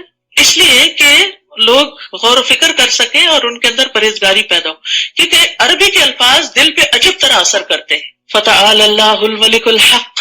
بس اللہ ہی بادشاہ حقیقی بلند شان والا ہے، اور قرآن کی وحی پوری ہونے سے پہلے اسے پڑھنے میں جلدی نہ کیجیے اور دعا کیجیے وَقُلْ رَبِّ زِدْنِي عِلْمًا، کہ اے میرے رب مجھے مزید علم عطا کر. ابن مسعود جب بھی یہ دعا پڑھتے تو دعا کرتے اللہم زدنی علما و ایمانا و یقینا، اے اللہ میرے علم، ایمان اور یقین میں اضافہ فرما. علم میں بھی اضافہ مانگنا چاہیے، ایمان میں بھی، یقین میں بھی، اور فہم میں بھی. امام ابن تیمیہ کہتے ہیں کہ بعض اوقات میں نے ایک ایک آیت پر 100 تفاسیر کا مطالعہ کیا، پھر میں اللہ سے فہم کی دعا کرتا اور کہتا یا معلم آدم و ابراہیم علمنی، اے آدم اور ابراہیم کو تعلیم دینے والے مجھے بھی تعلیم دے. انہوں نے کبھی بھی اپنے علم پر غرور نہیں کیا تھا۔ نبی صلی اللہ علیہ وسلم یہ دعا مانگا کرتے تھے، اللہم انفعنی بما علمتنی وعلمنی ما ینفعنی وارزقنی علما تنفعنی بہ۔ اے اللہ تو مجھے جو علم نصیب فرمائے اس سے مجھے فائدہ پہنچا، اور مجھے وہ علم دے جو مجھے فائدہ دے، اور مجھے ایسا علم دے جس کے ذریعے میں فائدہ اٹھا سکوں۔ کتنی خوبصورت دعا ہے۔ اور اس سے پہلے ہم نے آدم سے ایک عہد لیا تھا مگر وہ بھول گیا، اور ہم نے اس کا ایسا عزم نہ پایا۔ اور جب ہم نے فرشتوں سے کہا تھا کہ آدم کو سجدہ کرو تو ابلیس کے سوا سب نے اسے سجدہ کیا مگر اس نے حکم نہ مانا، لہذا ہم نے آدم سے کہا کہ یہ تمہاری بیوی کا دشمن ہے، یہ خیال رکھنا کہ وہ کہیں تمہیں جنت سے نہ نکلوا دے، پھر تم مصیبت میں نہ پڑ جاؤ۔ یہاں تو نہ تمہیں بھوک ستاتی ہے، نہ ننگے رہتے ہو، نہ پیاس لگتی ہے اور نہ دھوپ ہوتی ہے۔ پس شیطان نے آدم کے دل میں وسوسہ ڈالا اور کہا، آدم میں تمہیں وہ درخت نہ بتاؤں جس سے ابدی زندگی اور لازوال سلطنت حاصل ہوتی ہے؟ اصل میں انسان کی بہت بڑی ویکنس ہے کہ زندگی زیادہ مل جائے اور اس کے لیے کچھ بھی اسے کرنا پڑے تو کر گزرے۔ تو وہ اس لالچ میں آ گئے کہ اچھا زیادہ دیر جئیں گے، چلو کوئی نہیں، پھل ہی ہے نا، کھا لیں گے۔ تو اس لیے کبھی بھی انسان لوگوں کی باتوں میں آ کے اپنا طرز زندگی نہ بدلے، اور خاص طور پر جس بات کی کوئی دلیل ہی نہ ہو۔ فَأَكَلَا مِنْهَا فَبَدَتْ لَهُمَا سَوْآتُهُمَا، آخر کار ان دونوں نے اس درخت کا پھل کھا لیا جس سے ان کے سطر کے مقامات ایک دوسرے کے آگے کھل گئے، وہ جنت کے پتوں سے انہیں ڈھانکنے لگے۔ اللہ نے ان کو اتنی سمجھ دی تھی کہ ننگے نہیں رہنا، اور آدم نے اپنے رب کی نافرمانی کی تو وہ بھٹک گئے، پھر ان کے رب نے انہیں برگزیدہ کیا تو ان کی توبہ قبول کی اور ہدایت بخشی۔ اللہ تعالیٰ نے فرمایا، تم دونوں یعنی انسان اور شیطان سب یہاں سے نکل جاؤ، تم ایک دوسرے کے دشمن ہوگے، پھر اگر تمہارے پاس میری طرف سے ہدایت آئے تو جو کوئی میری ہدایت کی پیروی کرے گا تو نہ وہ گمراہ ہوگا اور نہ تکلیف اٹھائے گا۔ ابن عباس کہتے ہیں کہ اللہ نے ضمانت دی کہ جو قرآن پڑھتا ہے اور اس پر عمل کرتا ہے وہ دنیا میں گمراہ نہیں ہوگا اور آخرت میں محروم نہیں ہوگا۔ پھر انہوں نے اسی آیت کی تلاوت کی، وَمَنْ أَعْرَضَ عَنْ ذِكْرِي فَإِنَّ لَهُ مَعِيشَةً ضَنْكًا وَنَحْشُرُهُ يَوْمَ الْقِيَامَةِ أَعْمَى قال رب لم حشرتني أعمى وقد كنت بصيرا قال كذلك أتتك آياتنا فنسيتها وكذلك اليوم تنسى۔ اور جو میری یاد سے منہ موڑے گا تو اس کی زندگی تنگ ہو جائے گی، اور قیامت کے دن ہم اسے اندھا کر کے اٹھائیں گے۔ استغفر اللہ۔ یہ اللہ کی یاد سے منہ موڑنے کا نتیجہ ہے۔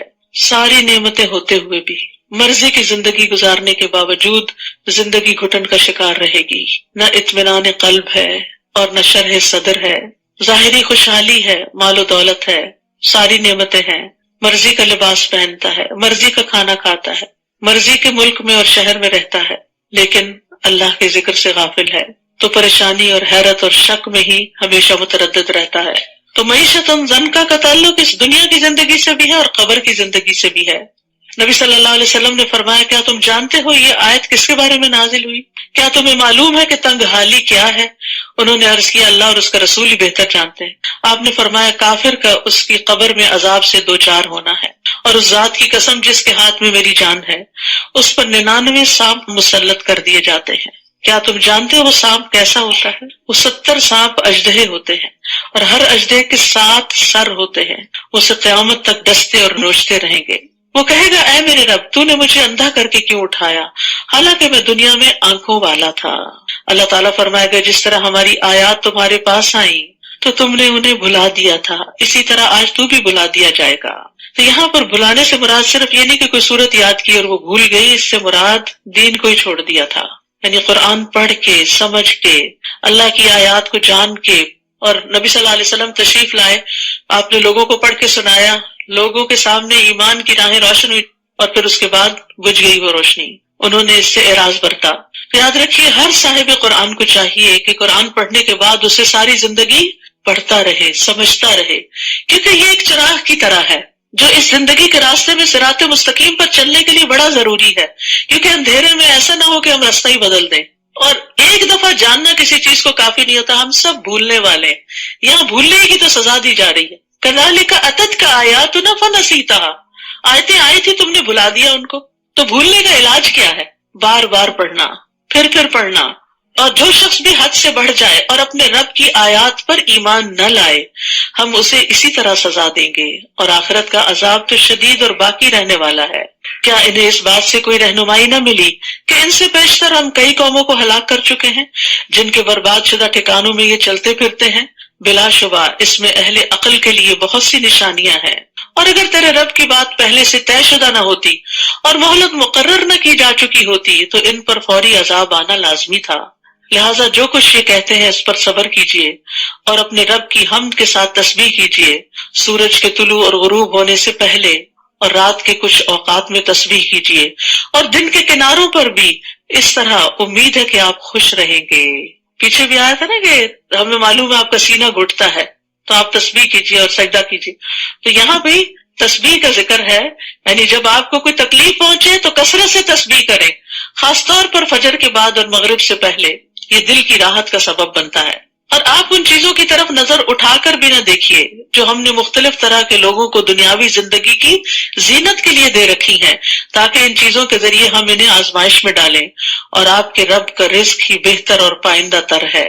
یعنی دنیا کی نعمتیں جو ہیں ان پہ نہ ریجھیں، اور اپنے گھر والوں کو نماز کا حکم دیجیے اور خود بھی اس پر ڈٹ جائیے. ہم آپ سے رزق نہیں مانگتے، وہ تو ہم خود تمہیں دیتے ہیں، اور انجام پرہیزگاری کا ہی بہتر ہوتا ہے. یاد رکھیے خود بھی نماز پڑھنی اور بچوں کو بھی پڑھوانی ہے اور اس کی فکر کرنی ہے. ابن مسعود کہتے ہیں جس نے نماز ترک کی اس کا کوئی دین نہیں.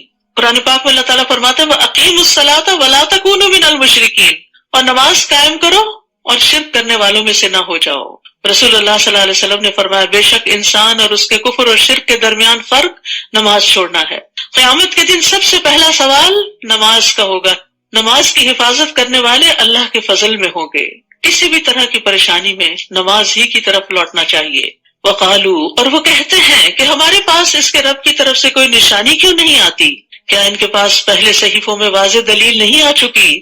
اور اگر ہم انہیں اس سے پیشتر عذاب سے ہلاک کر دیتے تو وہ یہ کہتے کہ ہمارے رب تو نے ہمارے پاس رسول کیوں نہ بھیجا کہ ہم ذلیل و رسوا ہونے سے پہلے تیری آیات کی پیروی کر لیتے.